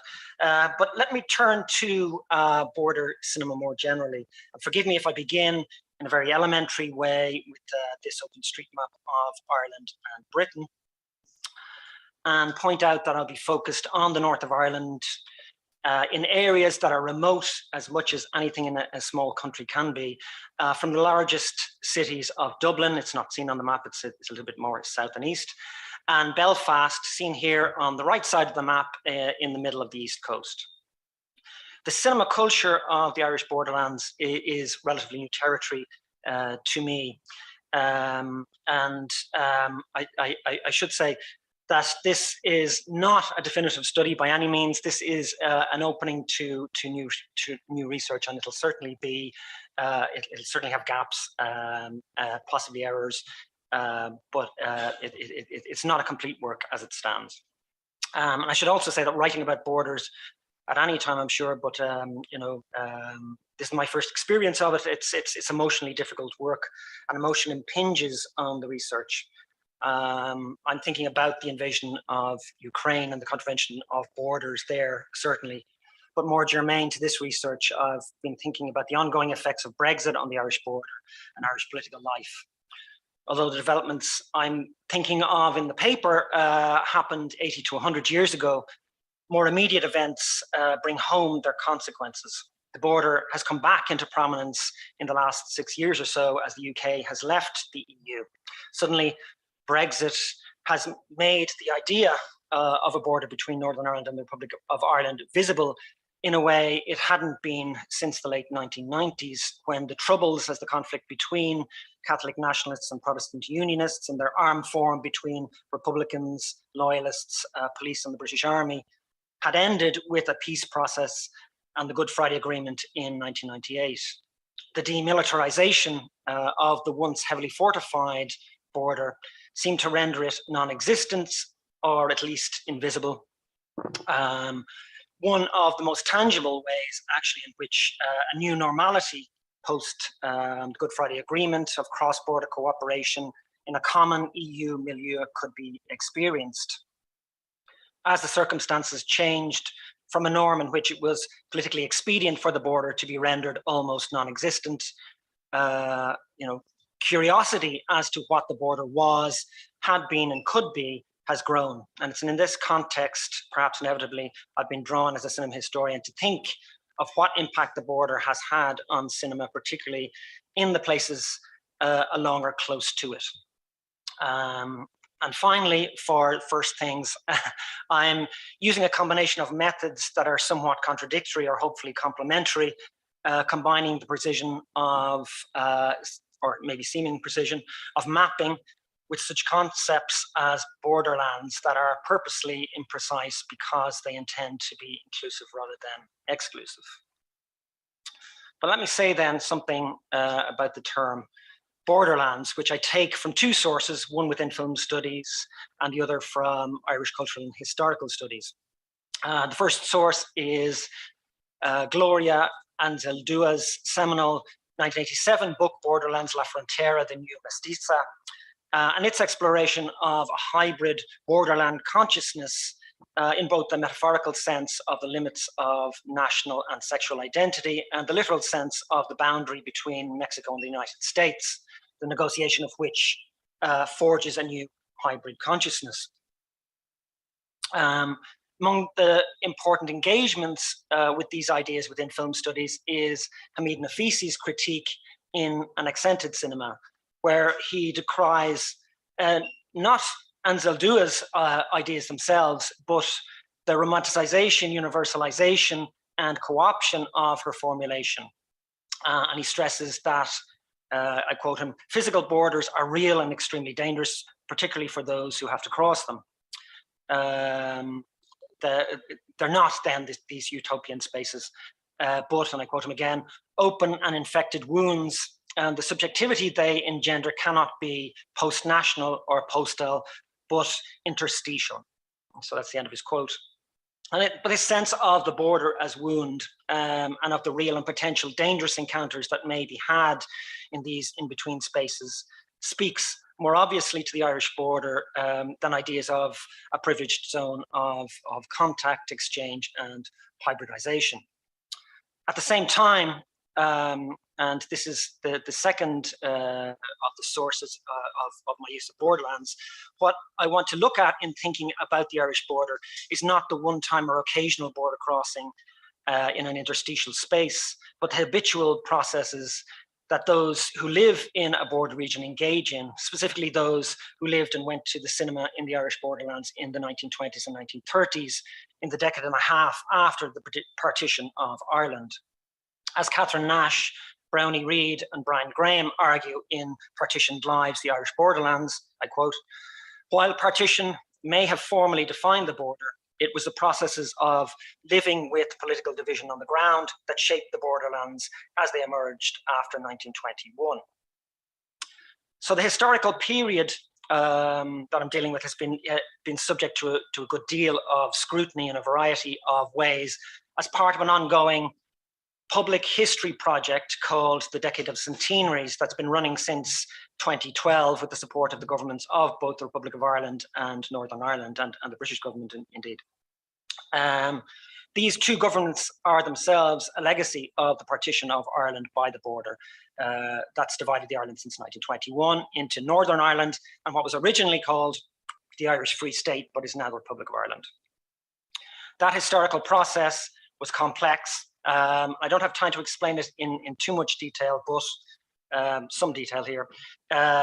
Essentially, after a long political struggle at Westminster, by the early 1910s, Ireland's majority Catholic nationalists seemed to be about to achieve their aim of governing themselves in a Home Rule Parliament in Dublin. This outcome was strenuously opposed by Protestant Unionists, who were a minority in Ireland as a whole, but a majority in the northeast of the country, with Belfast as their de facto capital. Belfast was uniquely industrial, in a country whose economy was largely based on agriculture and services. More militant loyalist groups organized themselves into armed militias, and in 1912 pledged to resist Home Rule by force if necessary. Rival nationalist militias formed to defend Home Rule. Home Rule was technically passed in Westminster in 1914, but was immediately suspended by the outbreak of World War I. Many in both the nationalist, but particularly the Unionist loyalist militias, joined up to bolster their rival causes. Meanwhile, more radical nationalists held an uprising in Dublin in 1916 to achieve full independence from Britain, declaring an Irish Republic. This Easter Rising was defeated, but the summary execution of its leaders turned many moderate nationalists into supporters of the Republican cause. After winning an overwhelming victory in the 1918 Westminster election, the Republican Party, Sinn Féin, established an Irish Parliament, the Dáil, in Dublin, and fought a war of independence from 1919 to 21. While this was ongoing, the British government passed the Government of Ireland Act in 1920. Effectively, this was Home Rule, but this time establishing two parliaments, one in Belfast for what was now called Northern Ireland, and one in Dublin for what was called Southern Ireland. However, when the War of Independence is concluded with the Anglo-Irish Treaty in December 1921, it established not Southern Ireland, but the Irish Free State. At this point, the border between the two polities had not been finalised, but was entrusted to a boundary commission. And this commission proved a failure, and after its report was shelved in 1924-25, the de facto border of Northern Ireland became the one that had been operating since 1920, encompassing 6 of the 9 counties of the northern province of Ulster, seen in lighter pink here in the map on the left. Although many would have liked all 9 counties to make up a full Ulster, the key objective for Unionist politicians was that there should be a permanent Protestant Unionist majority in Northern Ireland. And the 3 darker pink counties were too Catholic for that. Having said that, Northern Ireland included a large Catholic nationalist minority, and many Unionists remained in the Free State. But areas with Catholic majorities within Northern Ireland included places close to the border, such as the city of Derry and the town of Newry, and areas of rural Tyrone and Fermanagh marked on the map here. So that's quite a lot of political context.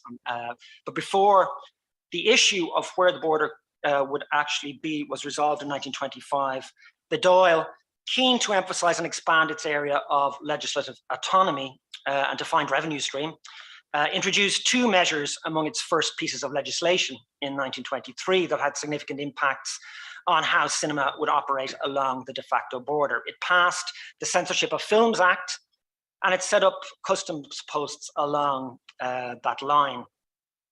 Shan will have more to say on the Censorship of Films Act, so I won't go into that issue. But the creation of customs infrastructure was one of the main practical ways in which the Free State government contributed to the hardening of the border. This measure not only lent further legitimacy to the line that would eventually be recognized in 1925 as the border, but also created a physical check at what had previously been an invisible county dividing line over which people and goods had passed freely. Okay, that's the history. Over. No, not quite. But having considered some of the historical issues, I want to turn now to the geographical aspects of Ireland's borderline and borderline cinema. You know, first of all, this is the line of the border, a simple red line. the wound removed from the landscape, maybe. And I began research for this paper by drawing this line. I haven't finished it yet, by the way. It's still, my mapping skills are not up to scratch yet, but it's a somewhat accurate representation of the course of the Irish border. But I want to pause on it. This line that I spent some time tracing across the landscape of Northeast Ireland.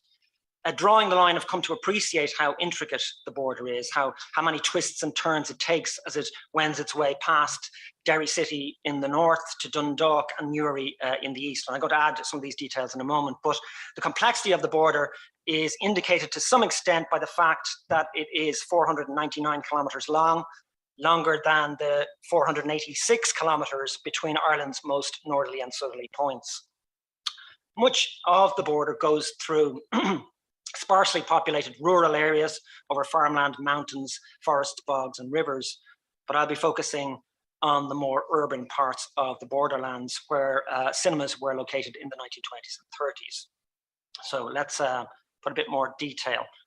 Along an almost 500-kilometre border, there are many settlements that may be classed as being along or close to the border in the borderlands. So this map shows the main settlements in the borderlands.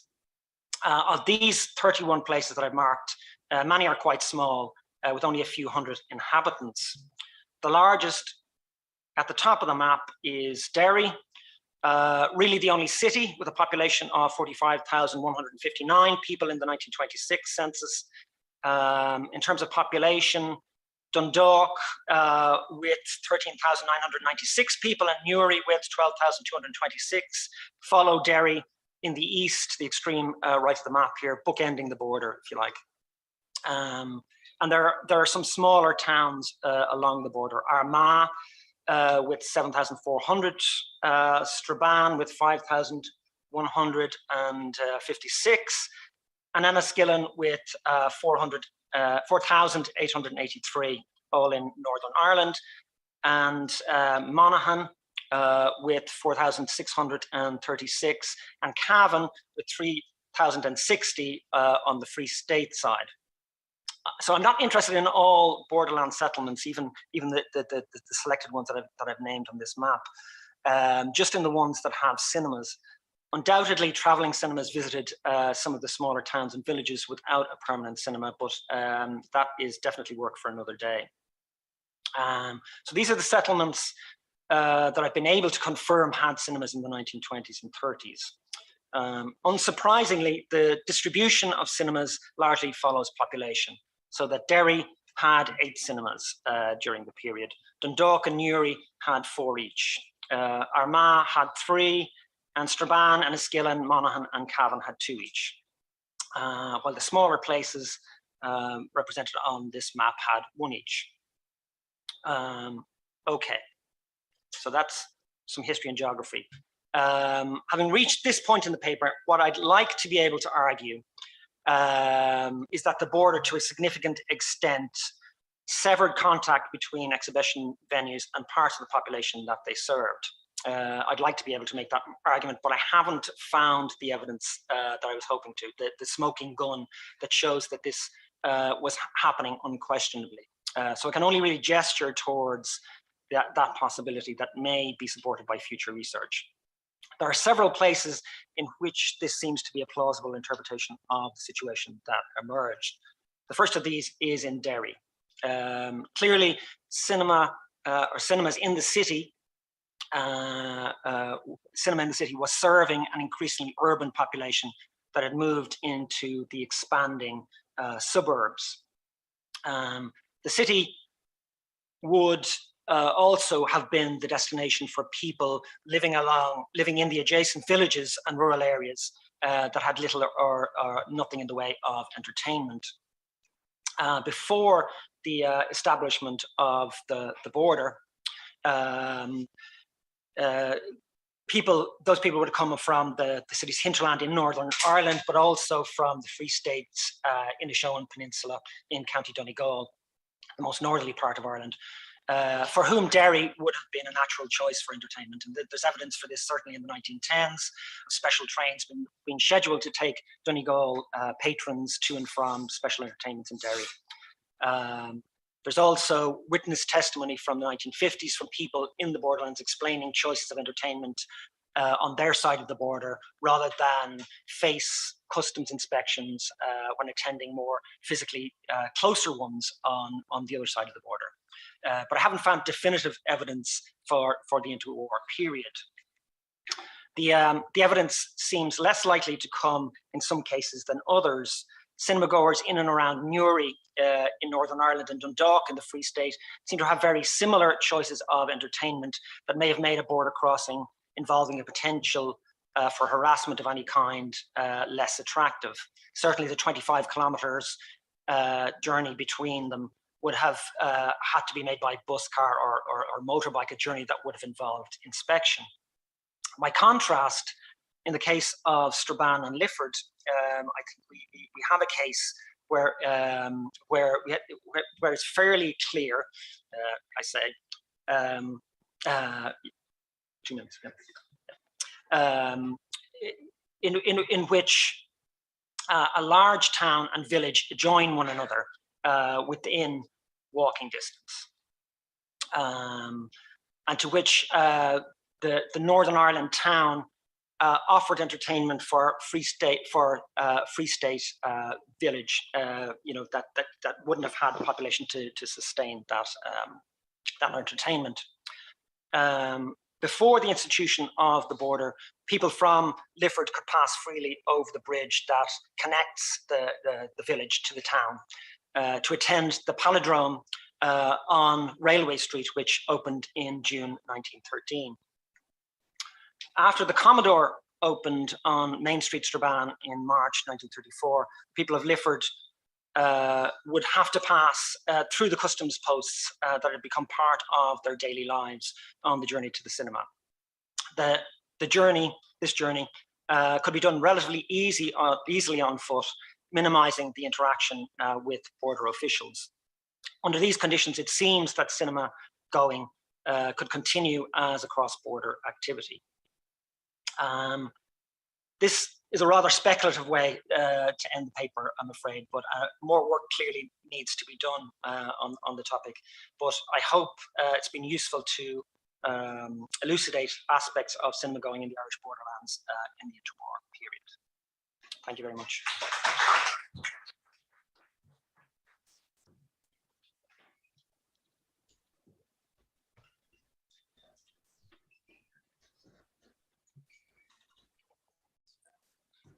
Thank you very much, Dennis, for addressing head-on the issue of border from both a theoretical and empirical point of view. And I think the issue that you raised, that one of the consequences of a border is in fact a different relationship between rural and urban cinema, is a fascinating one that hopefully we get a chance to discuss at the end.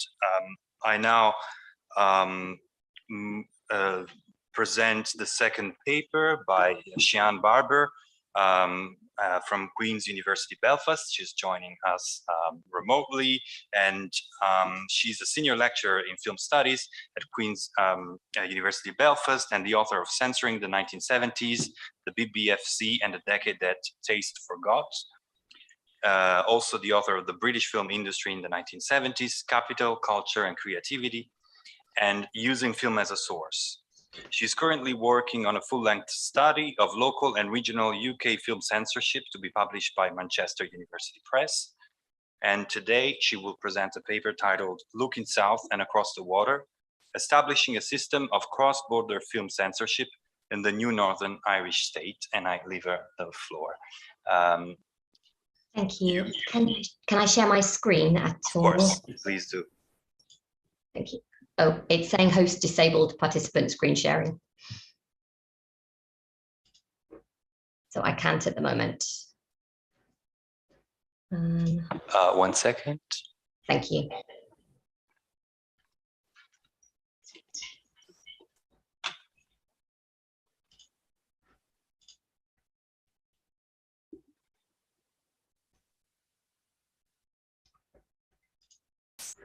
Okay. Perfect. We can see it. Fantastic. Okay, thank you. Thank you very much, everybody. And thank you so much to Dennis for putting the panel together. He's given you history and geography. I'm going to be doing politics and local government. So bear with me on this one. Okay, so to address the theme of the panel and to shed light on the idea of a border, and in particular a cultural border between the north and the south of Ireland following partition, this paper will explore how film censorship and its attendant processes was put to use by the newly established Northern Irish state in the 1920s and 1930s. Drawing on archival material from the Public Records Office Northern Ireland, it will consider how the processes of film censorship were being applied. So it takes as its starting point the creation of the new states, Northern Ireland, and then the Irish Free State became the Republic, and the establishment of a border. But it also seeks to examine how the rules were being applied and if ideas about cultural difference, moral standards, and notions of taste impacted upon the control of film and film culture. This work sits within the terrain established by scholars working within the new film history, and in particular, studies of reception, exhibition, and audience. Yet many of these studies don't actively consider film censorship, either that affected at national, state level, or at local level. Richard Maltby has suggested that oral histories with cinema audience members consistently tell us that the local rhythms of motion picture circulation and the qualities of the experience of cinema attendance were place-specific and shaped by the continuities of life in the family, the workplace, the neighborhood, and the community. So while this is undoubtedly the case, little focus has been given to how local tastemakers, activists, and politicians intervene to directly impact upon the experience of local cinema going, imposing their own standards upon what can be shown. Annette Kuhn has also noted the importance of context, arguing it's not merely a question of which institutions are caught up in only one instance of censorship. Each instance is provided in the historical specificities between the various institutional practices involved. So in a brand new state like Northern Ireland in the 1920s, the institutional practices were crucial, but then so was the context of partition. So the Proney memos and correspondence from this period offer a really interesting insight into the power relations at work in this network of film censorship and how it's operating. But before I map out the discussion about film censorship in Northern Ireland in the period, I want to begin with a film example, which tells us much about the sort of febrile atmosphere in the region, which is characterized by this heady mixture of politics and religion. So in 1936, the British Board of Film Classification in London passed Ourselves Alone with an A for adult rating and without any requested cuts. This film was a love story set against the backdrop of the Irish War of Independence and made by Belfast filmmaker Brian Desmond Hurst. The problems began when the film was screened for the press in Belfast in November 1936. Also in attendance was a unionist politician who afterwards declared that the film was purely Sinn Féin propaganda and would likely cause trouble in the city if it was screened in Belfast. The police committee of the Belfast Corporation, who were the body responsible for film censorship in the city, viewed the film and decided not to get involved and not to recommend a ban, with the committee chair telling the press that the film did not offend public morality, and another member noted that it was well balanced, which gave both sides a fair crack of the whip. However, a second screening of the film was attended by a Home Office minister who decided to overturn the decision made by the police committee and enforce a prohibition order to prevent the film from actively being shown. This high-level political intervention deployed a piece of legislation called the Special Powers Act to prevent the film from being screened and cited a risk to public. John Hill, in his case study of the film, considered that this was a really good example of a well-intentioned, well-made film, which, by striving for a degree of balance or equivalence in its representation of characters and events, provided everyone in Ireland, at any rate, with something to object to. So basically, this film tried to offer a balanced picture and ended up bothering everybody. Okay. The important reason for beginning with this film is that this is a really anomalous case. This is heavy-handed political intervention, which was not due process. This wasn't usual. So using the Special Powers Act in this way was unprecedented. And this was legislation which only applied in Northern Ireland and would be later used to sort of curtail any activities which threatened the stability of the region.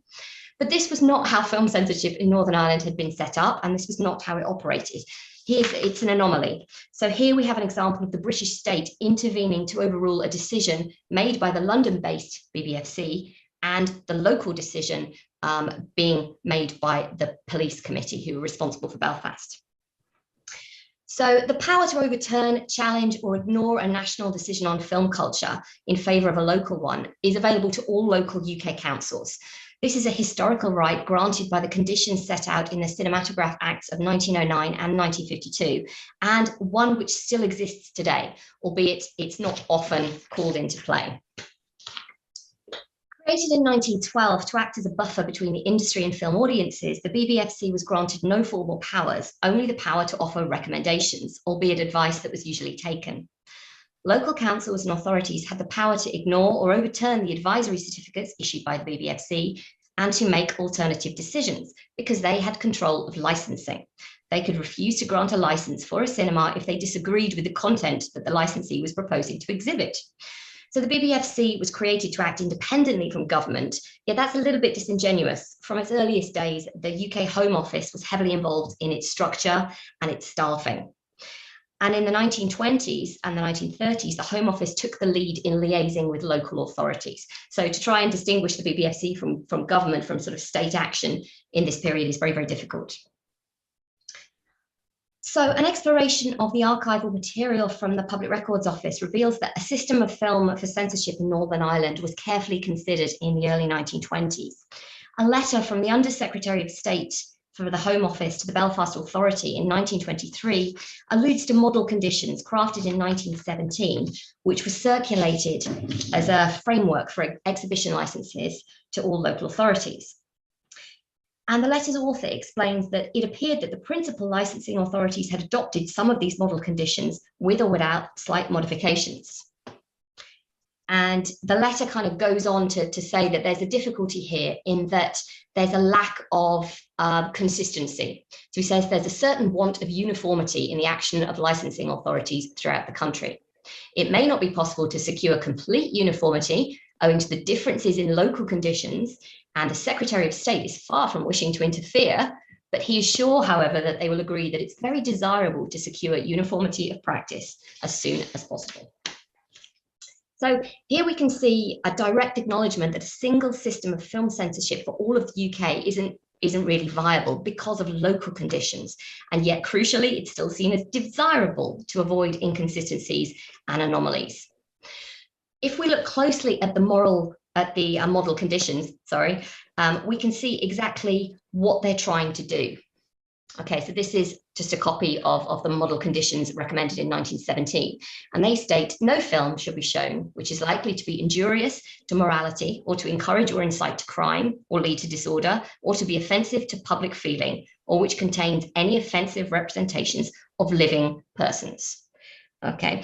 And I think it's quite important here to say this isn't just soft power. This is a pretty detailed reason for restricting the showing of film. And it's all couched in terms which permit censorship on the grounds of local taste. So you can interpret this any which way you wanted to. So the model conditions, although they were standardized, leave this up to interpretation to local authorities.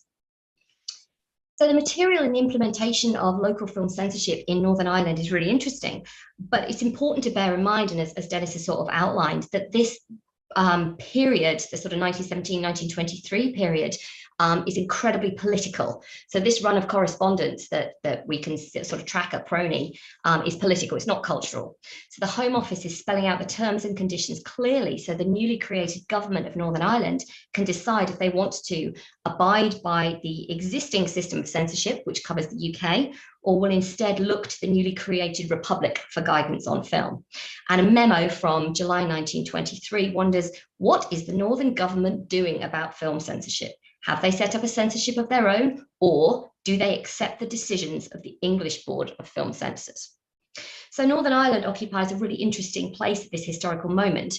Is it going to operate as a separate state like Scotland, exempt from the various Cinematograph Acts which apply to England and Wales and at liberty to create its own legislation? Or would it look for common ground with the more newly created Irish Free State, who were setting up their own censorship authority, as outlined in Dennis's paper in 1923? Peter Martin has compared the differing systems of film censorship on the island of Ireland and identified that the Republic's censorship system, when it evolved, was heavily influenced by religious preoccupations, much more so than the UK system. And this point was not lost on religious organisations in the north, who had come to look approvingly across the border at the system in Dublin and compare it favourably to the BBFC in London. When consulted about what system they would prefer to enforce, the RUC, the Royal Ulster Constabulary, were firmly behind the existing system of UK censorship of cinema, commenting, in the opinion of the police, there does not appear to be any necessity for more stringent censorship of cinematograph films.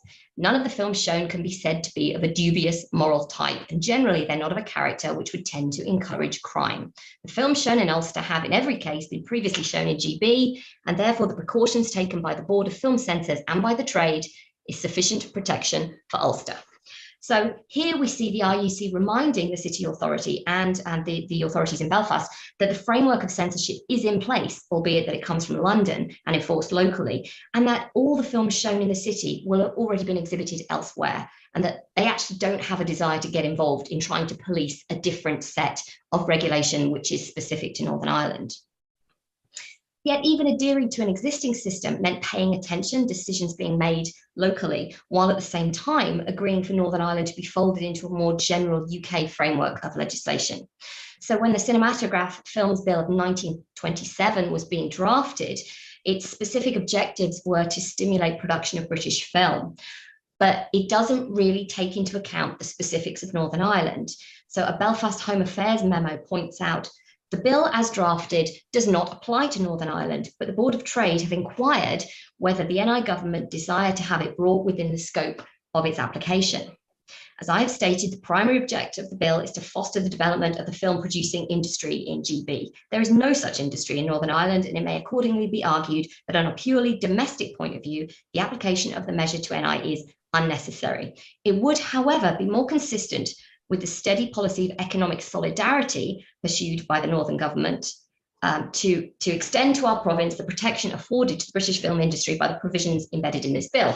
So basically what we have here, arguments in favour of uniformity are now being coupled with ideas of economic consistency. You know, we need to bring Northern Ireland into line. But what of the Free State? Where does this play into these discussions? Well, in 1931, the Minister of Home Affairs for Northern Ireland rather pointedly notes that there's not a great deal going on at the moment with the censorship of films, which was sort of purported to being set up in 1923. He said, I'm told by the owners of a number of picture houses in the Free State that the board there started with a great flourish of trumpets, but soon discovered that a free exercise of their views was going to lead to financial difficulties. There is a great deal of eyewash about the proceedings at present. Then he says, my conclusions are, as regards censorship, that everything points to our relying upon and making use of whatever censorship arrangements exist or established in England. I can see no reason why Northern Ireland requirements should be in any way different. It then continues, we must either credit the BBFC with sufficient moral sense, intelligence and care to ensure that no film passed by them will be likely to be injurious to morality or encourage incite to crime, or else we must leave them out of our calculations altogether. However, the telling sentence here, the question as to whether a film is likely to lead to disorder or be offensive is somewhat different one. It calls for a knowledge of local feeling and local politics. So here we have a paradox. On the one hand, they're saying there's no alternative but for NI to come under the same framework as the rest of England and ignore whatever is happening in Dublin, but at the same time expressing the importance of local feeling and local politics, which makes decisions being made from the centre unworkable and insensitive. So localism here is a really key factor in addressing this evolving system of film censorship across Northern Ireland. And when individual local councils queried with the Stormont government how they are to proceed, they're being told a county council, a small county council, and particularly relating back to some of the things that Dennis was talking about, a lot of these are in the borderlands, can hardly in practice exercise the same supervision on the matter as would be practical in the case of other licensing authorities. But it is thought that in practice, very little supervision will be necessary in rural areas. Practically all films shown in such places have been previously exhibited in the large centres where close supervision is possible. So here we see that rural locations are now supposed to take their lead from more dominant urban centres. So basically, even if you're down in Newry or if you're in Strabane, you're supposed to look to see what Belfast is doing and take your lead from them. So we have this really complex picture emerging, sort of minimising the significance of very, very local decisions in favour of broader regional ones. But what all of this indicates is that the border between the Irish state and the Northern Irish state is not really being considered. Ireland is not seen in this period at the start of the 30s as having a workable system of censorship in place. So Northern Ireland can't copy that. But there's no question of the Northern Irish government setting up an alternative system. But what happens then is that additional value is placed on systems and practices of local censorship to provide these local sensitivities and local oversight that the newly created state requires. And Northern Ireland isn't exempt from the usual protests about lax censorship and declining moral standards. In November 1931, the United Council of Christian Churches and Religious Communions in Ireland proclaimed by unanimous resolution the dangers of the cinema. Okay, so great emphasis here placed upon the sort of moral life of the community, the fact that existing censorship systems, whatever they be, are inadequate and unsatisfactory. What's really interesting here is that, and as Peter Martin has pointed out, that this organisation was a really interesting collaboration of Anglicans, Presbyterians, Methodists, Unionists, Catholics and Jews who came together under this banner to examine the film question, and a rare show of religious unity, which is quite unusual. And this organisation actually operated both sides of the border. So here it's less about politics and much more about morality. There's these obvious objections to content, perceived licentiousness, and also the idea that organisations, local authorities, in particular Belfast, are really taking serious notice of these interventions. The Peroni files document really extensive meetings, consultations and discussions between these pressure groups and the authorities making the decisions. So I would argue that, again, this idea that localism and local ideologies, local sensitivities are being taken quite seriously. And it was the intervention of these organisations that led to the banning of a particular film in 1932. This is James Whale's Frankenstein. And the Belfast Newsletter reports that the film was being shown at the Classic Cinema, and that after heavy lobbying from religious and morality groups, the Belfast Corporation Committee viewed it and then voted to ban it, much to the frustration of cinema owners. This decision made by the Belfast Authority was then used as a litmus test for other local authorities. As, for example, the Rural Council of Ballyclare had a field trip. They all got on a train and went to Belfast for the day, so that the local councillors there could discuss with their city counterparts the particular decision and the particular film. But following this meeting, the councillors all went home and decided to ban the film without even seeing it, because they'd had a good chat with the good people of Belfast. So to conclude, what can we take from all of this? I would argue that the Peroni material indicates the complexities of the decision-making processes at work within local censorship, and the particularly local concerns which we see here about exhibition, and the interventions made by the UK Home Office, the Secretary of State for Northern Ireland and the Belfast Corporation in the early decades of the 20th century and the period following partition indicate how the system of local film censorship attempted to acknowledge local and regional difference, while at the same time urging conformity to the BBFC London-based UK standards that have been established. So local councils are actively involved in censorship of film and cinema in Northern Ireland to ensure that it was they, not the BBFC, who decided what was suitable for the period of the region. Yet realistically, they were always going to be subject and dependent to rulings determined elsewhere. And the border on the island of Ireland, I would argue, was actually far less important in this period than this localized policing, the borders which effectively small towns and communities constructed around themselves and policed these boundaries, these self-imposed cultural states, which they used to determine what was suitable and what was not suitable. Thank you.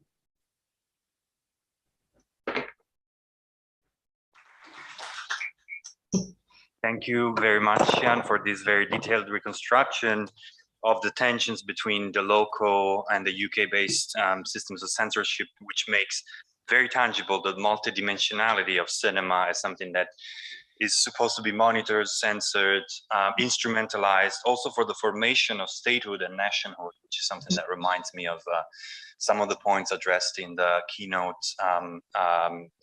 address this morning. I would like now to invite here our next speaker, Sarah Cohen from University College Dublin, where she's assistant professor in Italian from 2018 to 2021. She was a Caroline Marie Sklodowska-Curie Fellow in Media Studies at Maynooth University, where she led the Irish Cinema Audiences Project. She holds a PhD in Italian for the University of Bristol, and she conducted her PhD research as part of the Italian Cinema Audiences Project. Her paper today is titled The Great Northern Rail and Memories from 1950s Cinema Going Along the Irish Border. And I leave her the floor.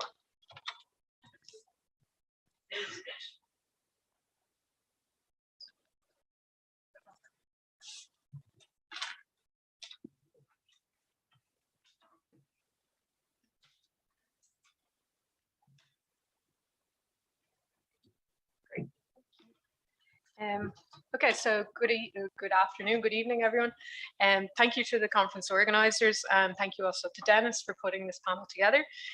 So my paper today draws on research that I conducted as part of the Irish Cinema Audiences Project, which ran from 2018 to 2021.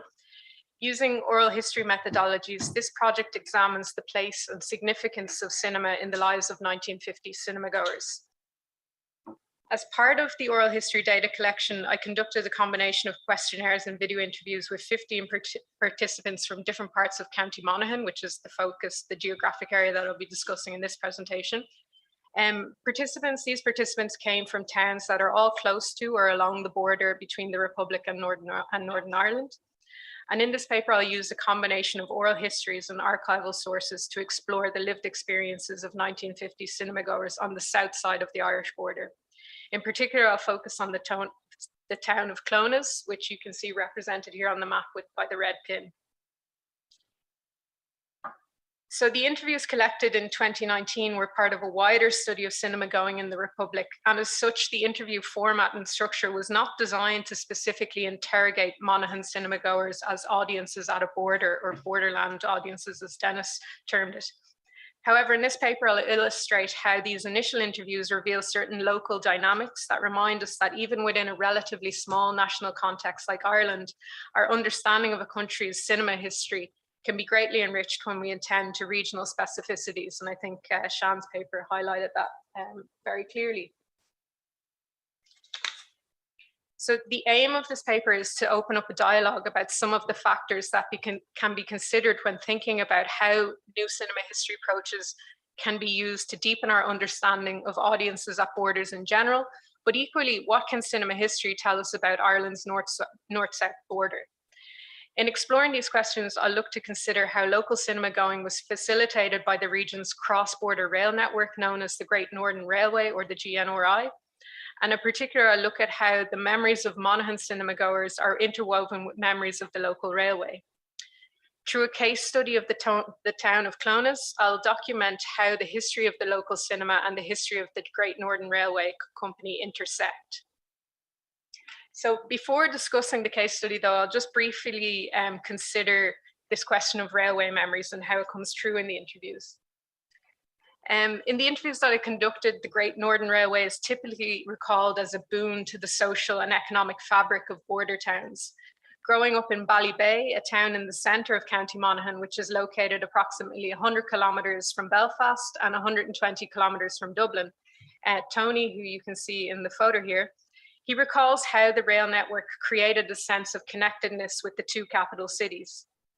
As Tony's comment indicates, the railway network that connected smaller rural towns to the larger urban centres no longer exists, and its closure was much lamented by many of the people that I spoke with in County Monaghan. So I'm going to just take you through a brief kind of overview of the history behind the Great Northern Railway in order to contextualise it within a narrative of cinema history.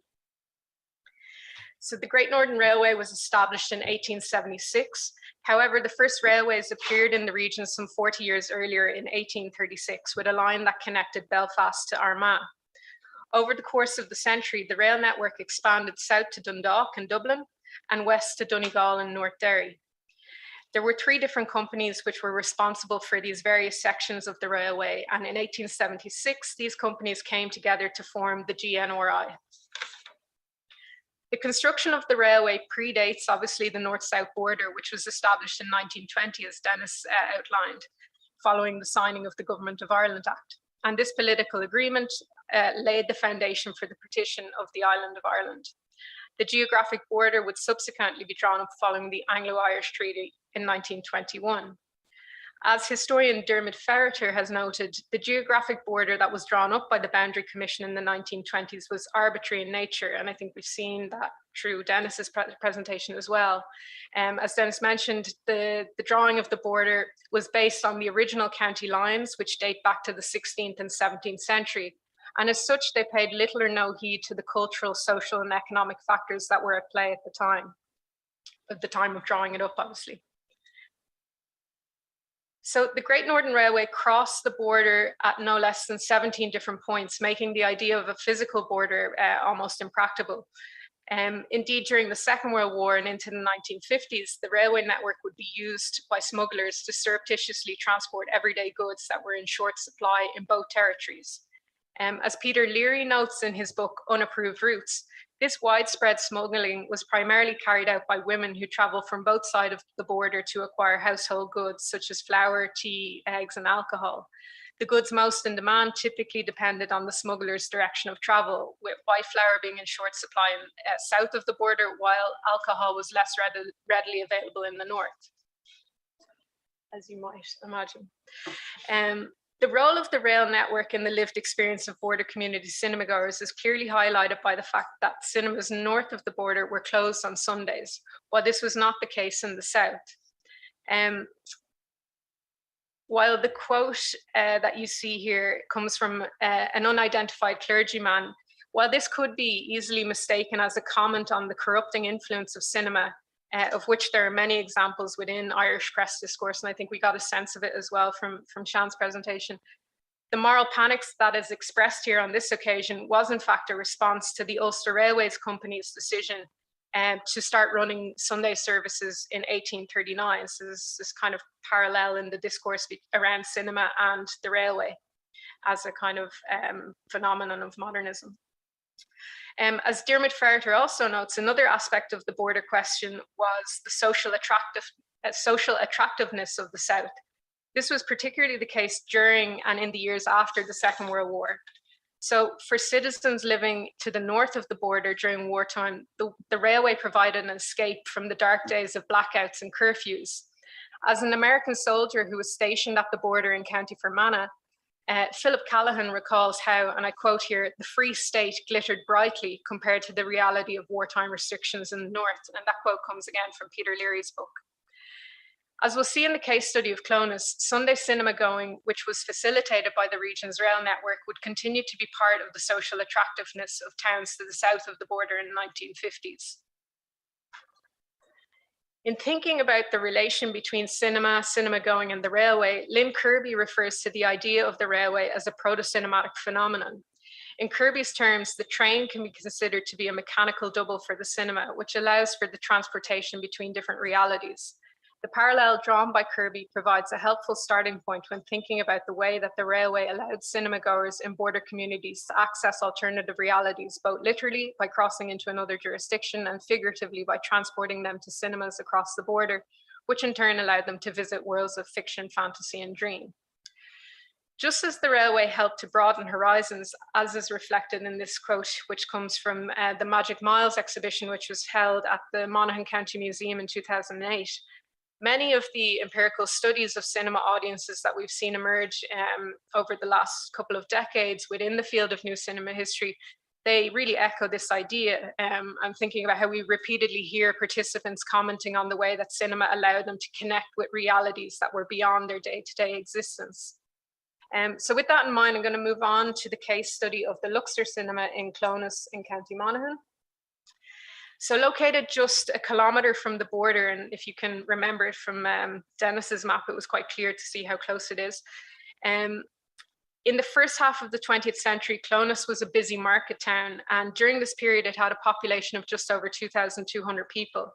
Its development as a market town was bolstered by the arrival of the railway in 1858, and Clones was also an important junction point within this rail network, which in turn brought more trade and passing traffic into the town. The town of Clones got its first purpose-built cinema a year after the Second World War, and the Luxor had a seating capacity of 520. It was set up by business partners and likely relatives. This is something that I still need to verify through archival research, but Joseph and Thomas Maguire, who obviously share the same surname. Interestingly, from the registration notice in Cinematograph Weekly, which appears on the 16th of August 1945, we learned that the co-directors were living on opposite sides of the border. So while Joseph was based to the south in County Monaghan, Thomas lived in Lisnaskea in County Fermanagh, just under 20 kilometres away, or 2 train stops from Clones on the Enniskillen line.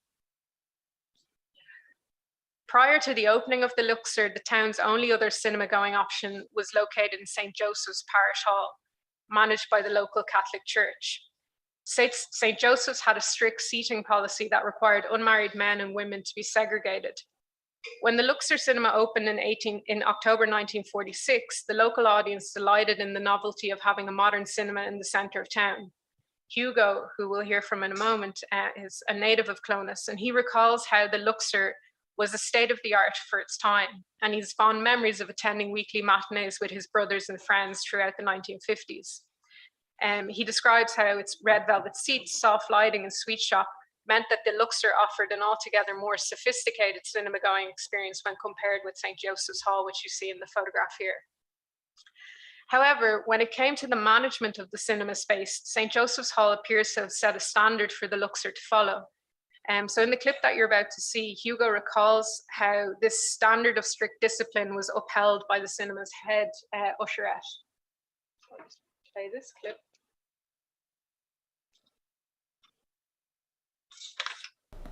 There were matinees on a Saturday afternoon for children, and that was when we started going to the cinema first, you know. And where was this? In the Luxor Cinema in Clones in Fermanagh Street, and it, by all standards at that time, it was state of the art. Even had a sweet shop in it. And then we used to go to regular events there, you know. And what do you remember about the inside of the Luxor? What was it like when you stepped inside? Well, it had red velvet seats. In the early years it was clean, you know, and it had red velvet seats tiered. There were three sections actually. There was the cheaper seats at the front, there was the middle seats, and then there was the back seats for the important couples. And it was pretty well maintained, you know. Not like some of the horror stories we used to hear about other places, you know. And there was strict discipline in it as well, you know. And By who? By the staff, the cinema staff, you know. But it was very well run. Like, I wouldn't complain about it at all, you know. Okay, so Hugo also recalls how Sunday screenings at the Luxor attracted audiences from across the border. So I'm just going to play his memory of that here. In the north, just across the border from Clones, you had Lisnaskea and Enniskillen and all. They didn't have cinemas at that time, because the north was a very, how would you call it, strict religious, you know, like nothing happened on Sundays or anything like that. Whereas, so that left the people in the north came to Clones. So that was a big thing for them, you know. So Hugo's memory is actually, it's a little faulty there, in that Enniskillen did in fact have its own cinema, as we saw from Dennis's map as well. And the access to so you had these cinemas in Enniskillen in the early 1950s, but the access to Sunday screenings in Clones afforded by the rail link between the two towns would have undoubtedly have drawn a cross-border crowd. Hugo's perception as well as of the North as being strict and religious also chimes with the idea of the South's social attractiveness, to return to Diarmaid Ferreter's idea. However, this is only one side of the cross-border experience, and further oral history research with cinemagoers who traveled over the border is needed to fully uncover this particular dynamic within the region's cinema going. I think maybe that might be something that Maria will be able to speak to. But I just wanted to highlight one example that the newspaper archives do offer up in terms of some insight into the experience of cinema goers in border town communities. On the 9th of July 1957, during a showing of the Burt Lancaster film Apache, the Luxor Cinema received an anonymous phone call claiming that there was a bomb in the building. According to the report in the Anglo-Celt newspaper, the police officer, Garda Duffy, on duty at the cinema that night, called the local station for assistance. Along with 6 of his colleagues, Garda Duffy combed the building, but nothing suspicious was found. They concluded that the call was a hoax, and the film screening continued without interruption. The report on this incident gives us some insight into the ways that growing tensions along the border may have been reflected in the cinema-going experience. Firstly, it's significant that the report seems to indicate that the cinema had a Garda or police officer on duty as a matter of routine. This may simply have been to ensure the public order was maintained within the cinema space, or it may also have been an indication that there were some concerns that cinemas could be targeted as part of an escalating tensions along the border. Significantly, the report also notes that the hoax call was traced to a phone box in Newtown Butler, which is a town located on the north side of the border and just one train stop from Clones. It was also believed that the person making the call had been in Clones the previous evening to attend the same film at the Luxor. And according to the reporter, the hoax seemed to have been inspired by a scene in the Western film, which included the explosion of gunpowder kegs. So the level of detail and speculation provided about this non-event is interesting in itself. It may just have been a slow news day, but the anecdote nevertheless draws our attention to the fact that in the 1950s, the existence of a border seemed to pose little obstacle to cinema goers in and around Clones. While this bomb threat was a joke that brought no harm, it's perhaps telling that within the newspaper's narrative, the hoaxer is traced to the north of the border, foreshadowing the more devastating division and violence that would follow in the years to come. So we've seen a little how the Great Northern Railway facilitated cross-border cinema going by transporting cinema goers to towns on either side of the border, but in what other ways does the GNRI feature in the history of the Luxor? The Luxor's connection with the Great Northern Railway is also reflected in the fact that the cinema was used on multiple occasions to host GNRI meetings and talks. In October 1956, the Luxor hosted a large meeting of the GNR Permanent Way Institution, and the meeting featured an illustrated lecture from a British railway engineer by the name of L.G. Rock, who, according to a report in the Argus newspaper, availed of the cinema's screen to show slides during his presentation. The timing of this meeting in 1956 is significant, as the GNR's service throughout Ulster was already under threat due to accumulating debt and political differences about how the cross-border network should be managed. Press discourse from the time indicates how the potential disappearance of the railway from Clones and the surrounding areas was tied up with concerns about emigration and the erosion of the town's economic and social life. As road transport became more widespread, the railway was deemed to be no longer commercially viable. Unfortunately, just 1 year later, on the 30th of September 1957, the cross-border train service from Clones to Enniskillen ceased operation, and the Clones to Dundalk section of the line closed shortly after on the 10th of October 1957. In the absence of a rail service that easily connected the people of Clones to realities beyond the town, the Luxor arguably now had an even more important role to play in fulfilling the demand for a source of escapism. So almost exactly a year after the last train passed through Clones, a report in the Argus newspaper on the 27th of September 1958 announced the arrival of CinemaScope in Clones. A new 30-foot screen had been installed to facilitate the widescreen format, and the first CinemaScope film to be shown at the Luxor was the musical Oklahoma from 1955. Hugo, who was a 13-year-old at the time, he recalls the buildup of excitement running through the town ahead of the first screening. The big night of all was the first night that they had CinemaScope, and they had Oklahoma as the feature. And to see it in CinemaScope and colour and everything else, they were queuing on the streets for weeks each night, you know, to go to see that. So according to the film's listings, which are published in the Argus newspaper, Oklahoma actually just ran for 2 nights. But Hugo's childhood memory of people queuing on the streets for weeks is perhaps an indication of the sense of anticipation that surrounded those first CinemaScope screenings at the Luxor. By the late 1950s, television was becoming more commonplace in the family home, and like many cinemas up and down the country, the increasing availability of television was a challenge for the Luxor. This challenge was perhaps more immediate for the owners of this cinema due to its proximity to the border, which made it possible to pick up the BBC at a time when RTE, Ireland's national broadcaster, had not yet launched. In this short clip that I'll show, Hugh explains that his family were very early adopters of the new medium, getting their first television set in 1956. Then television came along, and unfortunately, well, not unfortunately, we had the first private television in Clonus, so our house became like a cinema. You bring people in. Well, they arrived, you know, big events for the Horse of the Year show and other things like that. And our sitting room would be jam-packed with people, you know, and we sat and watched in the dark. And what year did you get a television? 1956. That was quite early then. Yeah, it was, Yeah. because we had, RTE wasn't on the go at the time. Because of our proximity to the border, we had live BBC, only one station, and then ITV came after that and stuff like that, you know, but just one station. So we were in the television era before the rest of Ireland, like by a long way, you know. Yeah. So a further challenge then for the Luxor would undoubtedly have been the opening of a new cinema in Lisnaskea, a town which is, as I said, 20 kilometres away, in March 1958. As the report in the Belfast newsletter highlights, the decision to open a cinema at a moment when many rural picture houses were in decline seemed an unusual one.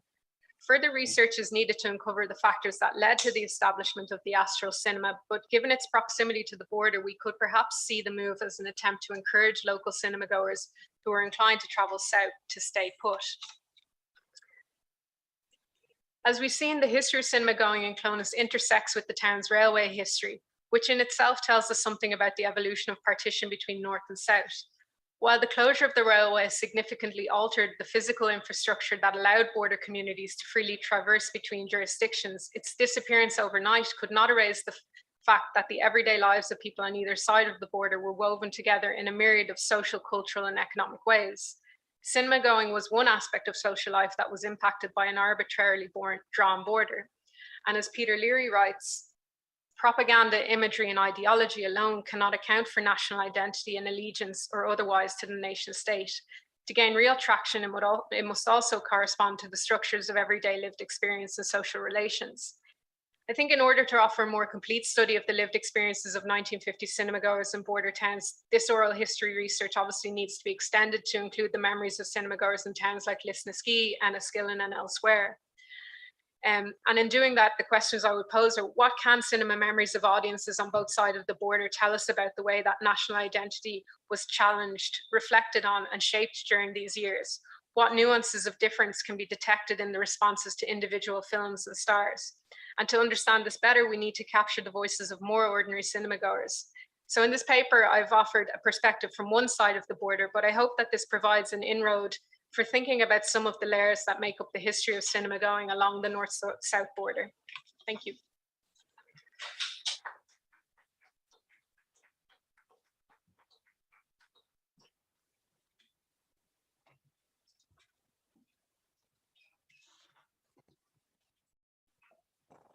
Thank you very much, Sarah. I think your paper has demonstrated the productivity of mixing the study of archival sources with the study of the everyday and interviews about the lived experience. I was particularly struck by this memory of the queuing for weeks in front of Oklahoma, and you know, the intertwining of the last train leaving town and the white screen format arriving, because it really demonstrates how the symbolic and the practical functions of cinema in its relations with other habits of everyday have to be thought together and understood together. We have a fourth paper in this panel that, as you can see, has been designed together and comes together brilliantly in a conversation among all the interventions. I would like now to invite here Silvia Almenara Niebla, who will present a paper that was written together with Kevin Smets. They're both from Vrije Universiteit Brussels. Silvia Almenara Niebla is a postdoctoral researcher at the Department of Communication Studies. She holds a PhD in Gender Studies and Sociology from Universidad de La Laguna. She's part of the ERC-funded project Real Borders, in which she studies film-related social activities in border contexts through an anthropological perspective. She will read also for Kevin, who is assistant professor at the Department of Communication Studies in the same university. He teaches film history and has published widely on media and migration. He currently leads the already cited project Real Borders. So the floor is yours. Put up the presentation.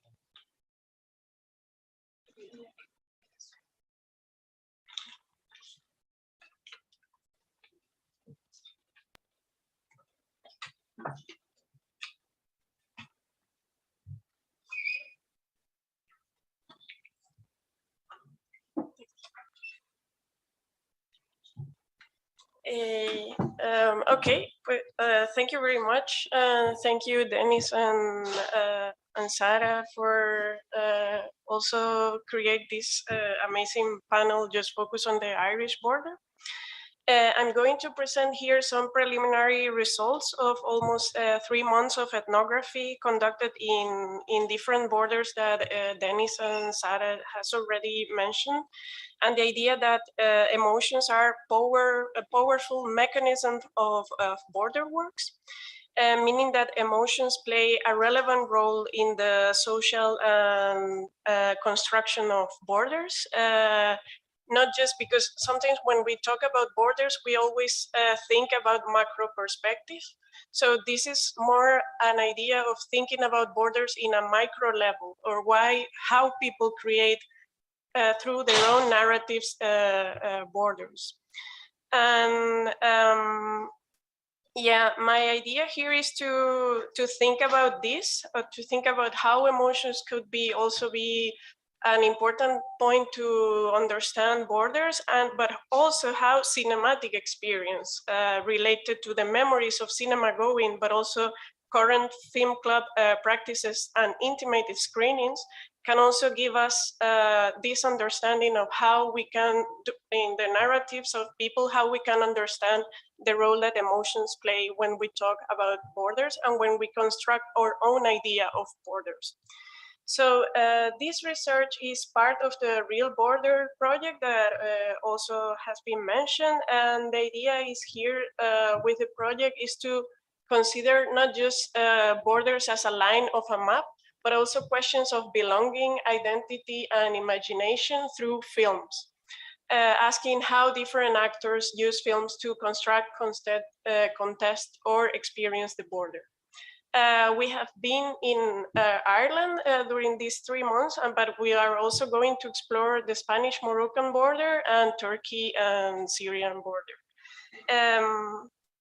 With my background on media sociology, and I want here to put more like the context, my goal is to shed light on how people interact with film, to create meanings towards borders, and how this daily experience of living in the border can also be interpreting or understanding through different cinematic experience. So according to Kathy Hayward, the impact of partition has always been presented as an emotive process embedded in the political and geographical demarcation of Ireland. The partition formally defined the border, but it also created a social and religious division and a culture that it's also related to the question of who is the other, or who is the other people that we are here in the same Ireland, but we are also being divided, and we are also not just being divided by a geographical line on the map, but also in terms of how we can also create division between communities. that I know that most of you already know that this division, for example, during the period of the Troubles, was also more focused on a religious division between Catholics and Protestants. So cinema has also been a place where this division has been played out. And Tom, for example, a 24-year-old man from Enniskillen, explained me how the border was also within the experience of going to the pictures through the playing of the national anthem. And he said here, like, it was just an accepted experience or difference in the regal cinema. Whenever the film was over, the sound played a drum roll, and the end of the drum roll was the national anthem, which here in Enniskillen was God Save the Queen. And so what will happen will be that the drum roll will start, but it was much longer than the drum roll in the normal national anthem. And that means Catholics will get out of the cinema quickly, whatever it bothered them or not, they will go, because if they stay, people say, oh, you stand for the national anthem. So according to the anthropologist Michel Agier, borders are observed in places, moments, or experience that bring into play a relationship with the other. Through Tom's words, we can see that the cinema here, with the ritual of the national anthem, was a place that reproduced the border through a situation that ritualized the relationship with the other. That here in this case is the relationship towards the Catholic community in Enniskillen in a moment of sectarianism and division in Northern Ireland. So this testimony was the starting point to think about how cinematic experience involved a border itself through a micro-scale everyday life perspective of how we can create border practices and how people also remember this kind of testimonies based on this, in this case, in this division between communities. So my idea here is also to bring into discussion two blocks that I think that has been really point into division, like focus more on the reception studies, plus cinema-going memories that has been always been explained as two different blocks. So our idea is here to bring these blocks together by emphasizing the capacity of film as a medium to reflect on everyday border practices. Following media studies, we can define our aim as a non-film-centric approach. And this idea is to recognize the way in which film is inseparable from other activities, experience, practices, materialities, or feelings.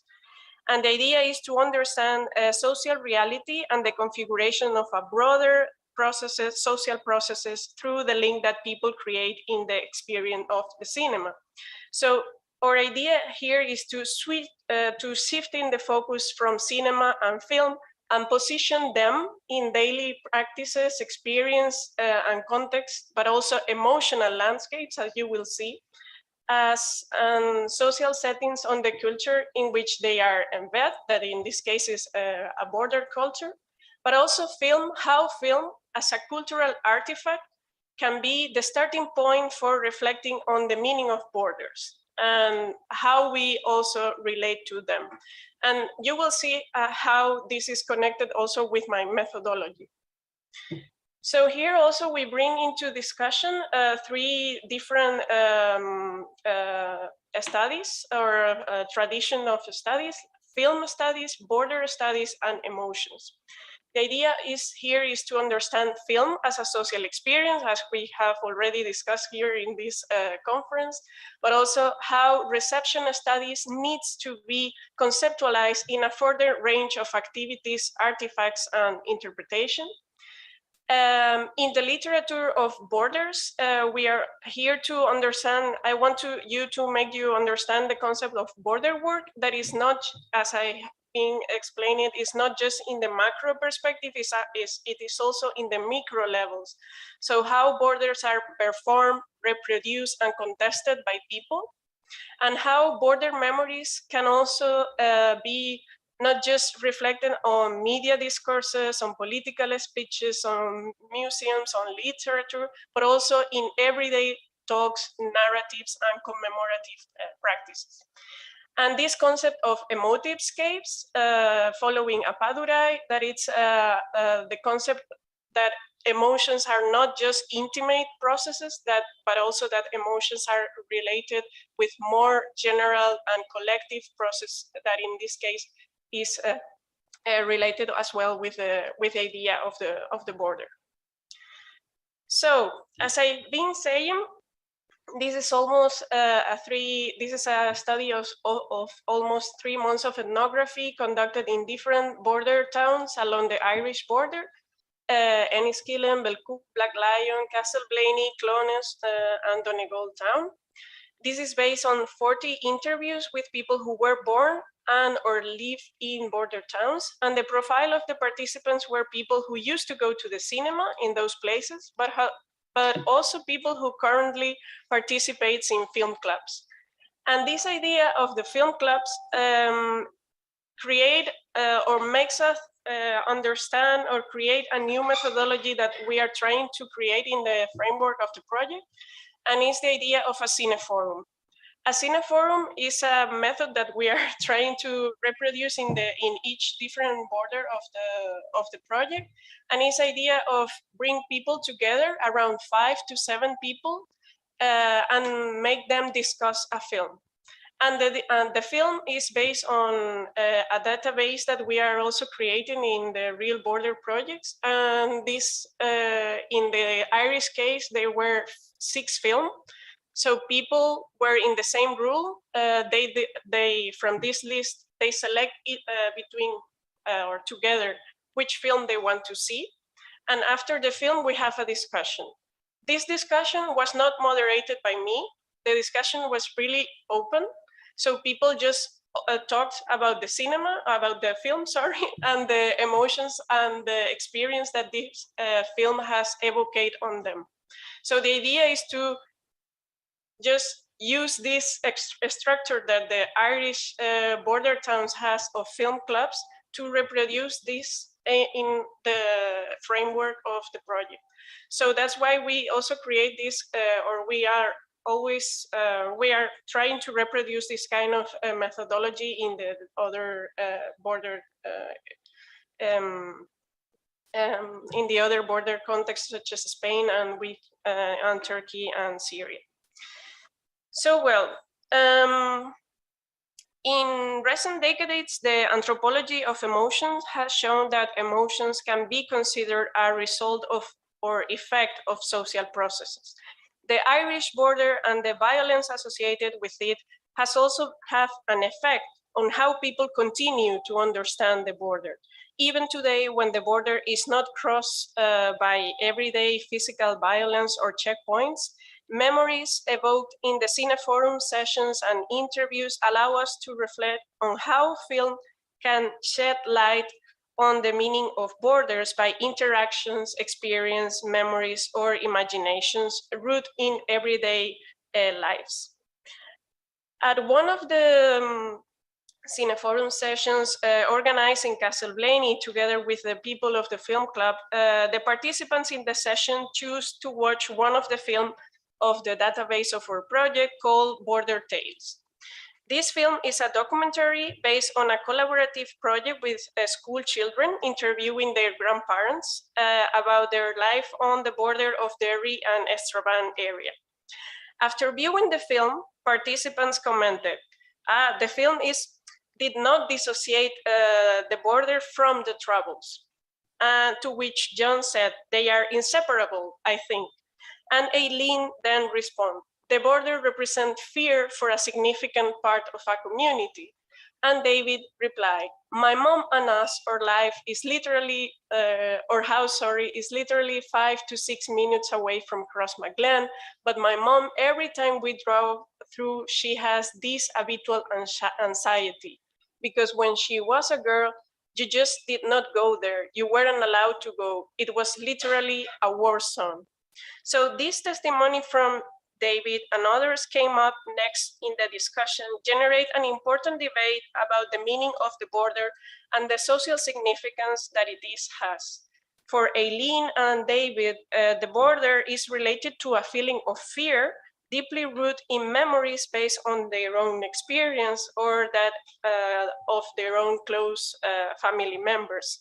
So despite the years, personal stories and experience associated to the border operates as an emotional frame that continue to mark the everyday life based on communal fears associated to the violence and the conflict. Similar to this feeling of fear, Mary, a 57-year-old woman, reflect on the first time that she went to the cinema. Coming from Belfast and grew up during the Troubles, crossing the border was associated also with a feeling of safety.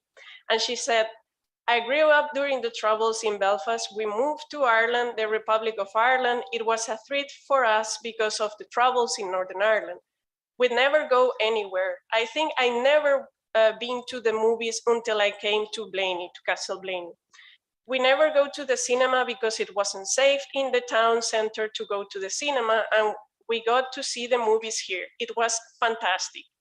My older brother Barney, he used to drive us occasionally to Blaney, and he always said, when you cross the border, there's a weight off your shoulders. You feel that safety. But no regrets to come to Blaney. It's a small town, but I'm happy. I'm happy here. So with this, Mary's word, or what Mary said here, that for her going to the cinema was fantastic. It was fantastic because it was connected to her experience of cross the border. And it was fantastic because of that, and because for her also it was an experience that she was also feeling safety when she crossed the border.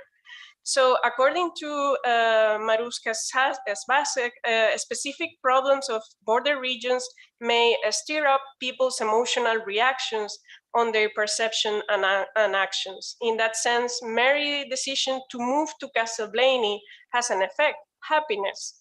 And this feeling of happiness is only possible to understand through the work that emotions entail related to the border.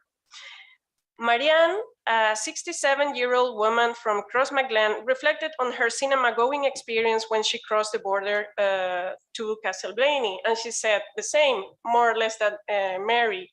Castle Blaney was just magic. We felt freedom here compared to Crossmaglen, where soldiers were everywhere. The cinema was a big thing. We went to the pictures. There was no bus, but we thumbed that time for a lift.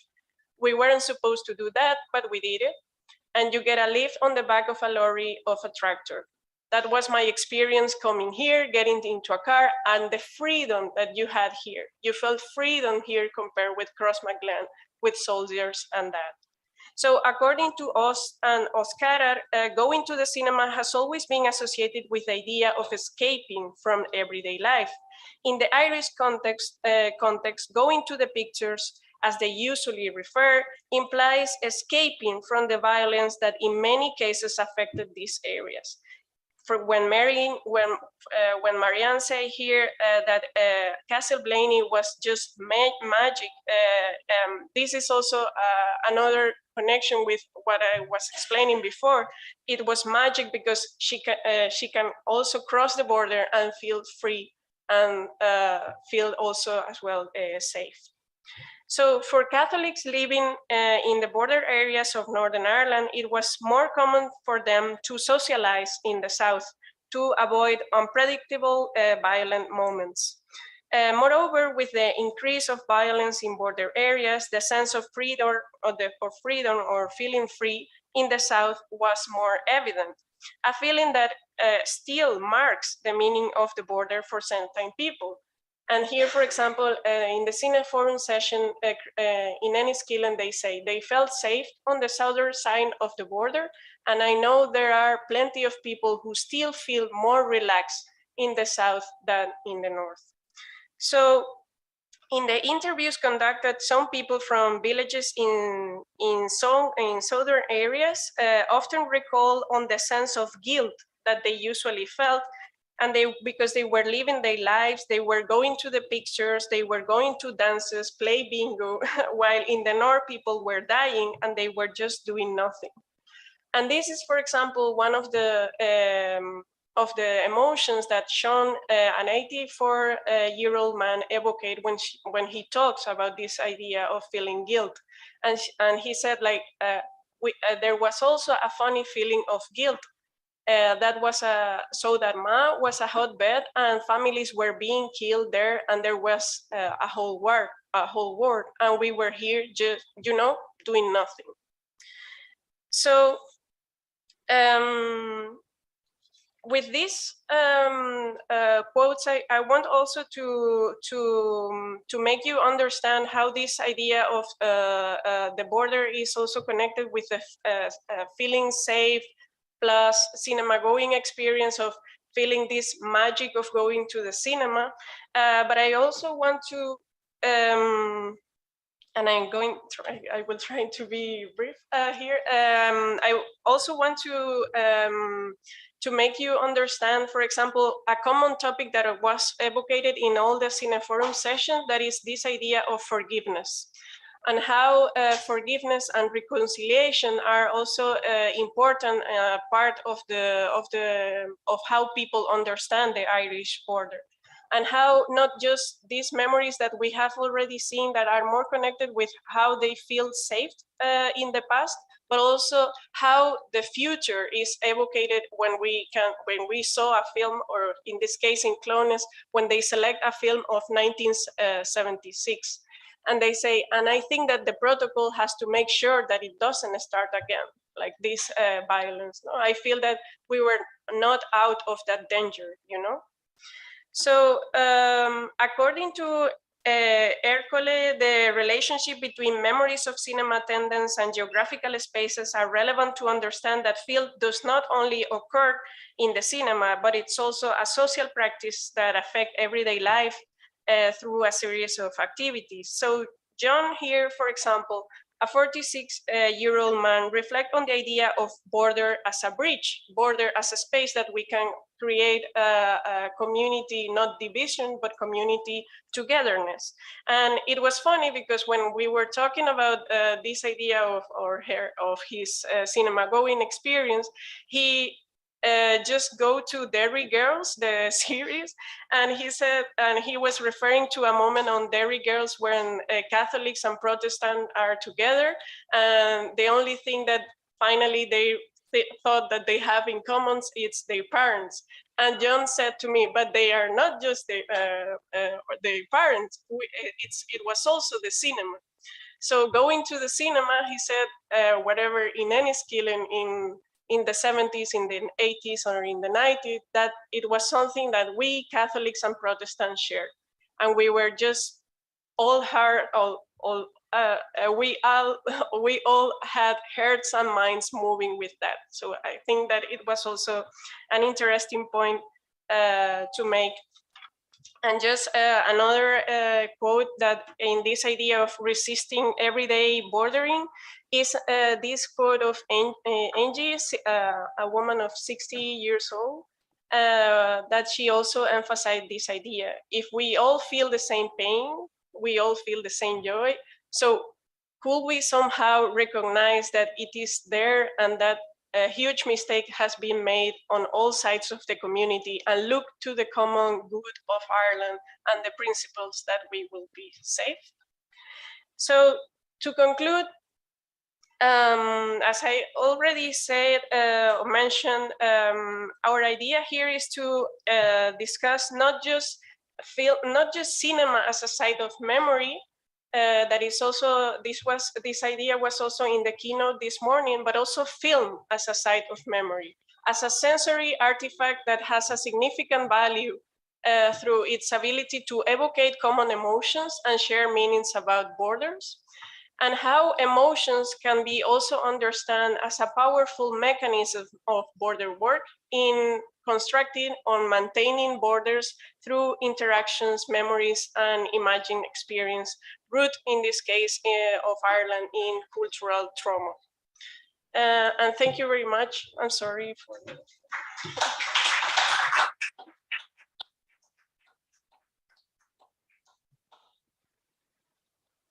Thanks.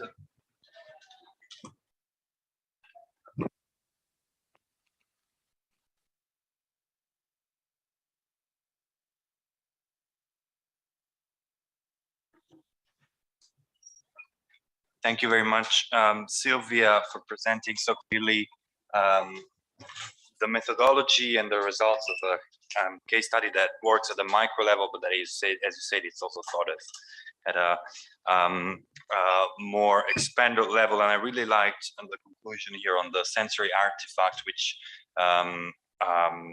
is an idea that I think really helps us to come full circle with some of the questions that were raised at the beginning through references to Ansal Dua and Nafisi at the beginning of your paper, because I think what you have done in this panel, in fact, is demonstrate the usefulness of an approach that takes into consideration the institutional level, the political and historical framework, and the hard sources, so the archival sources, including newspapers, archival documents from censorship, and so on, but also the larger social processes, such as the arrival or disappearance of a railway from a certain territory, more ideological aspects such as the religious, the moral, the sense of belonging to a community,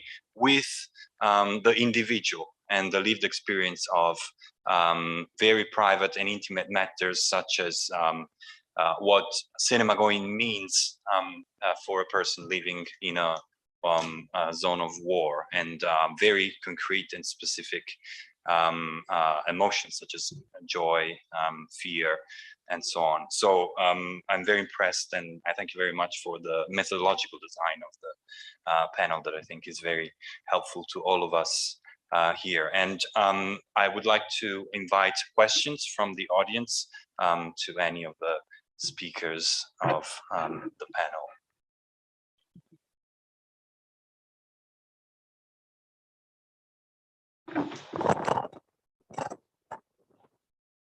What I really liked about the panel, well, lots of things, but you essentially reigned from 1921, before 1921, right up to the current day. So I think that's really impressive. And different ways of getting it more or less the same sort of topic. So very impressive. My question would be something to do with resistance.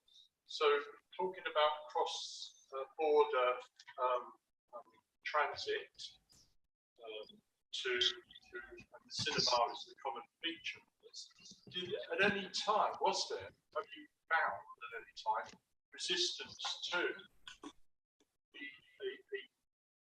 group of people moving in either direction wanting to come and attend the cinema? So if you think of a train load of young people on a Saturday night moving from A to B, were they well received in B, or was there, did you come across any sense?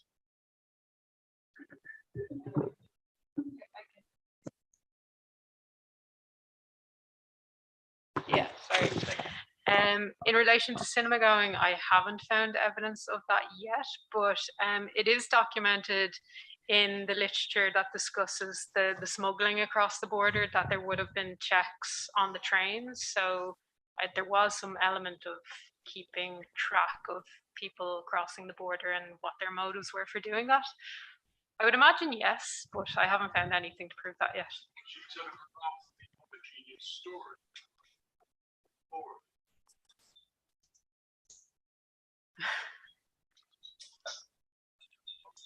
Oh, sorry. Similarly, my research is only starting, I think, and I really want to get into more of the local newspapers where I think some of that material might be. I've only really skimmed the surface. Yeah, like Sarah, I think that material is there to be discovered, but I haven't discovered it yet. But it's something that I definitely have in mind. Yeah, if I can add here something, if I understand correctly the question, for example, there are few people in Enniskillen that in Northern Ireland, that they always emphasize the fact that they prefer to go to the cinema in Belfast rather than, for example, go to Sligo. It's more or less the same kind of distance. And it was because they always emphasize this idea of, yeah, but we just look at the north. And I was really impressed when they told me about this, because but it's very close. Why you don't want to? Because it's just the same road. And it's no, because we just look at the north, is where we live. So I don't know if this responds more or less your idea, but Your project, as it unravels in terms of the two other border areas.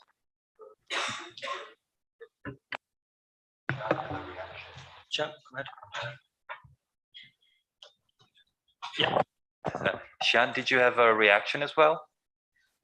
Hopefully you can hear me. Not specifically on moving people across the borders, but I mean, I'm really very interested to look at things like programming to see perhaps if people made decisions based on what was being screened on either side of the border and sort of made their decisions based among those things.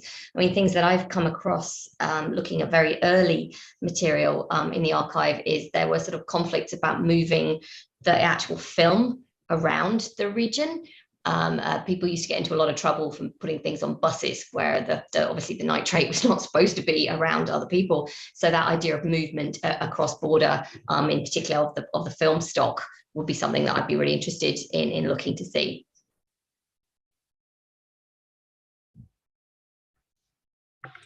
I think what you were saying a moment ago is something I was trying to get at the end of the paper, is looking at space, going from a different direction, and looking at space, how it seems to me that must be the case, that if you have a little village and a big town beside each other, as you do with Strabane and Lifford, you have a space in which it makes most sense for people who can walk across the bridge from Lifford into Strabane, where there are cinemas, rather than stay at home and see nothing. You know, that just makes. But what I don't have is that piece of being able to track that you obviously have, and Sarah has, with the different methodologies, with asking people, because from the 20s and 30s, I don't have that methodology. I don't use that methodology, which is my fault, of course. But also, it's a little bit further back in time. Memories become more rare and unreliable, I think, at that point.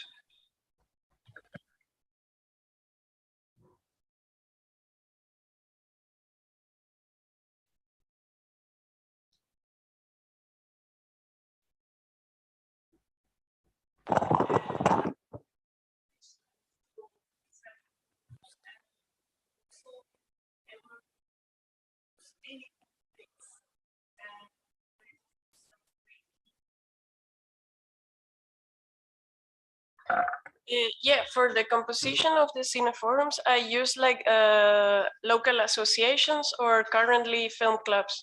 Like, I do not create the group. Like, the group was originally created. And it is true that, for example, I have to say that most of the cineforums, the background of the people were Catholic people. Whereas in Clones, for example, there were people that were from a group of 7, there were 2 Protestant on the group. And even the film that they select, they project the idea in the film of a Protestant as a giant. And a kid in the film, for example, had a nightmare, and the nightmare was a giant that was a Protestant that is going to kill him. And even with these testimonies, they were just laughing and create, but because maybe this is also that Sarah maybe can also say it, but in Clones is a very particular town, and in this context, they were there are a lot of cross-community projects, so they are very open to have this kind of discussions. So I didn't feel that, for example, this would be something, even in the group, there was a Protestant priest, and the film that they also select was very anti-religion in, in any sense. So it was also funny to see how people just have a normal discussion, and they don't feel that, yeah, that could be a problem.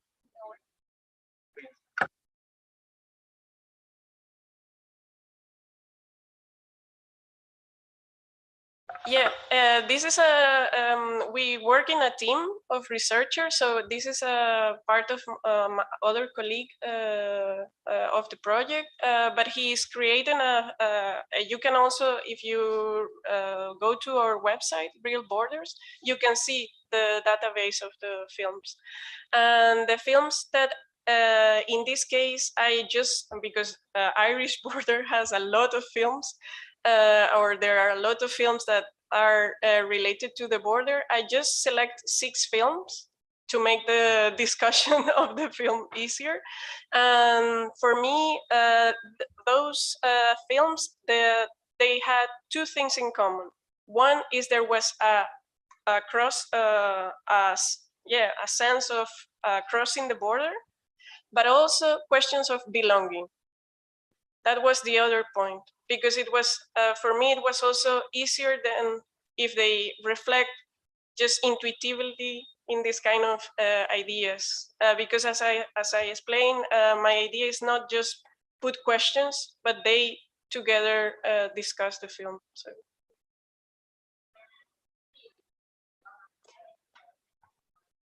Yeah, exactly. Yeah, I hope so. Yeah, we have our Turkish partners here, so yeah, so yeah. No, this is because they just organize a film club session, but not related to the project. But for them, there's a cross-border film. Yeah, they select that. Yeah, but it was just. Our films have also shown. So. Yeah. Okay.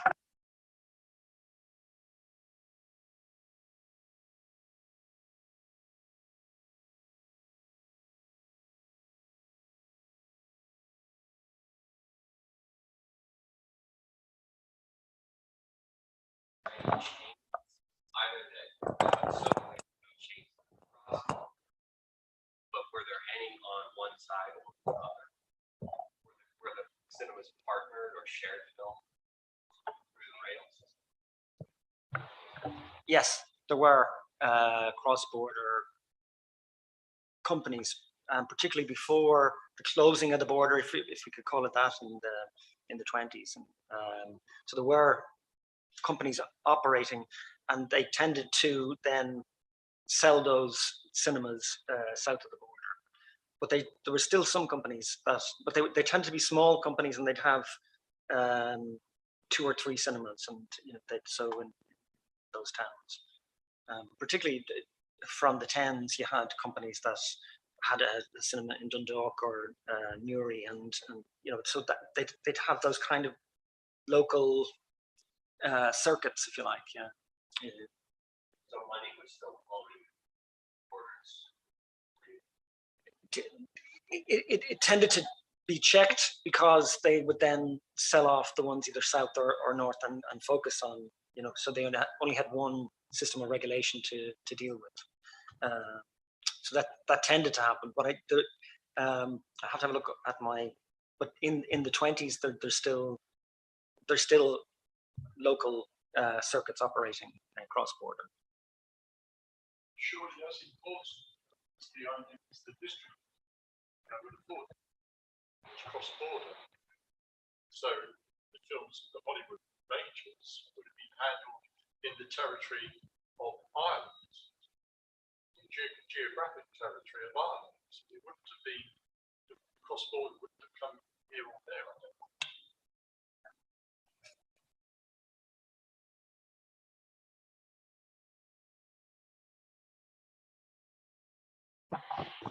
Yeah, I mean, in relation to that, what I can say is I interviewed a man who worked as a projectionist in the Magnet Cinema in Monaghan Town, and he said the films that they got would have come from distributors in Dublin, but they were showing a lot of British films. So I mean, you would imagine that proximity-wise, there's not a huge amount in the difference, but that they would have had films circulating across the border as well.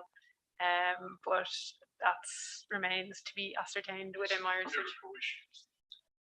Mm-hmm. I think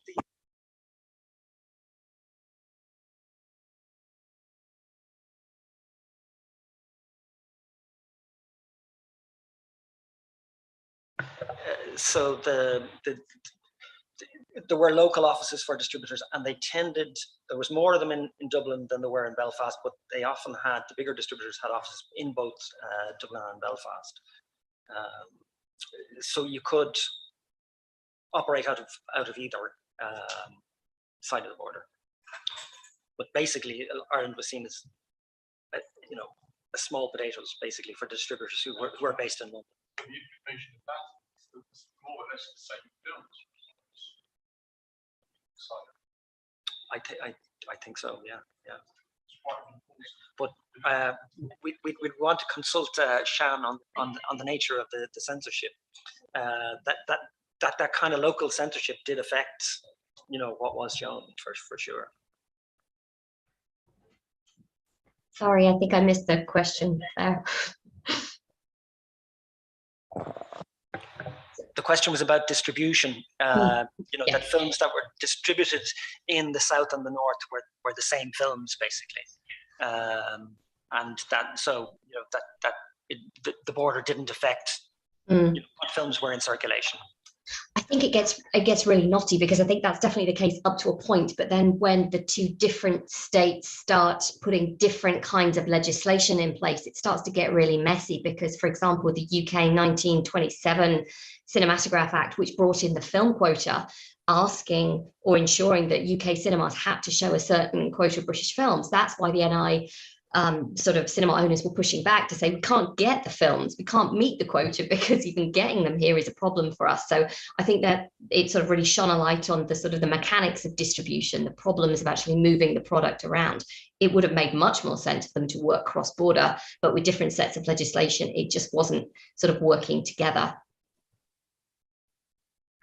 And one other thing is in the 30s, there was an economic war between Britain and Ireland, you know, and so that did definitely, and there were threats of well, there was imposition of duty on cinematographic films coming across the border, so that definitely would have altered the films that were distributed at the time.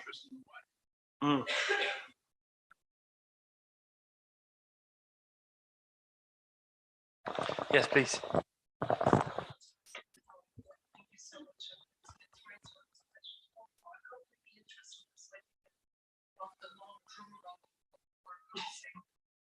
I was just wondering, a town like Enniskillen, which is north of the border, where the Catholic cinemas, and so where do Catholics go? And so I'm sure the other churches they would. So what was played? What's there space for Catholics to go to?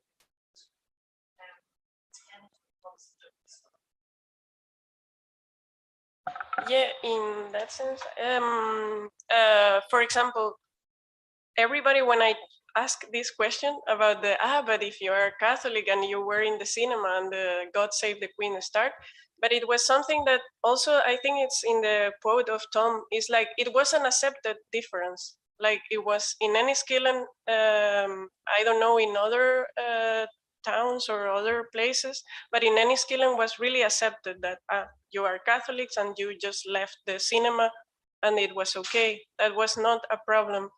But it is true that this was in the Regal Cinema, and there was also another cinema called the Ritz. And a lot of people, for example, just during the Troubles, they told me that they used to go, Catholics, they used to go to the Ritz rather than the Regal, because the Regal, this was in the picture of the slide, but the Regal then closed, and now is the headquarters of the Unionist Party. So yeah, it was really nice to also go to that place and see that, okay, now this used to be a cinema, but now are the headquarters of a party, of a Unionist party. So this is also another thing that people told me that, no, so we just go to the Ritz in the moment that the Regals and the Ritz were both open, they just go to the Ritz. I interviewed the sons of the Ritz owner, and they didn't mention anything about the national anthem. So probably in the Ritz, the national anthem was not played. And they also organize events like, for example, Barry McGuigan, that is a boxer player. In the Ritz, for example, they organize this kind of events of Barry McGuigan champions today or whatever. And it was, yeah, boxing play. So this was also another thing that, yeah, even those moments brings community together. Even Barry McGuigan was really a character but yeah, for example, this could be interesting to mention. I don't know if this, yeah.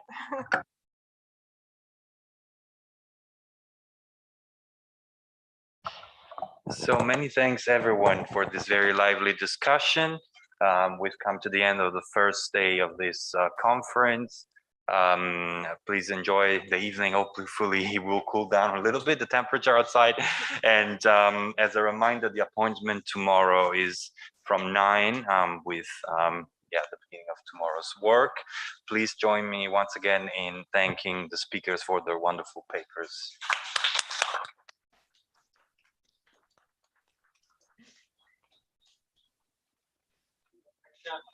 Thank you, Shan. Bye-bye. Thank you, everybody. Thanks. Bye.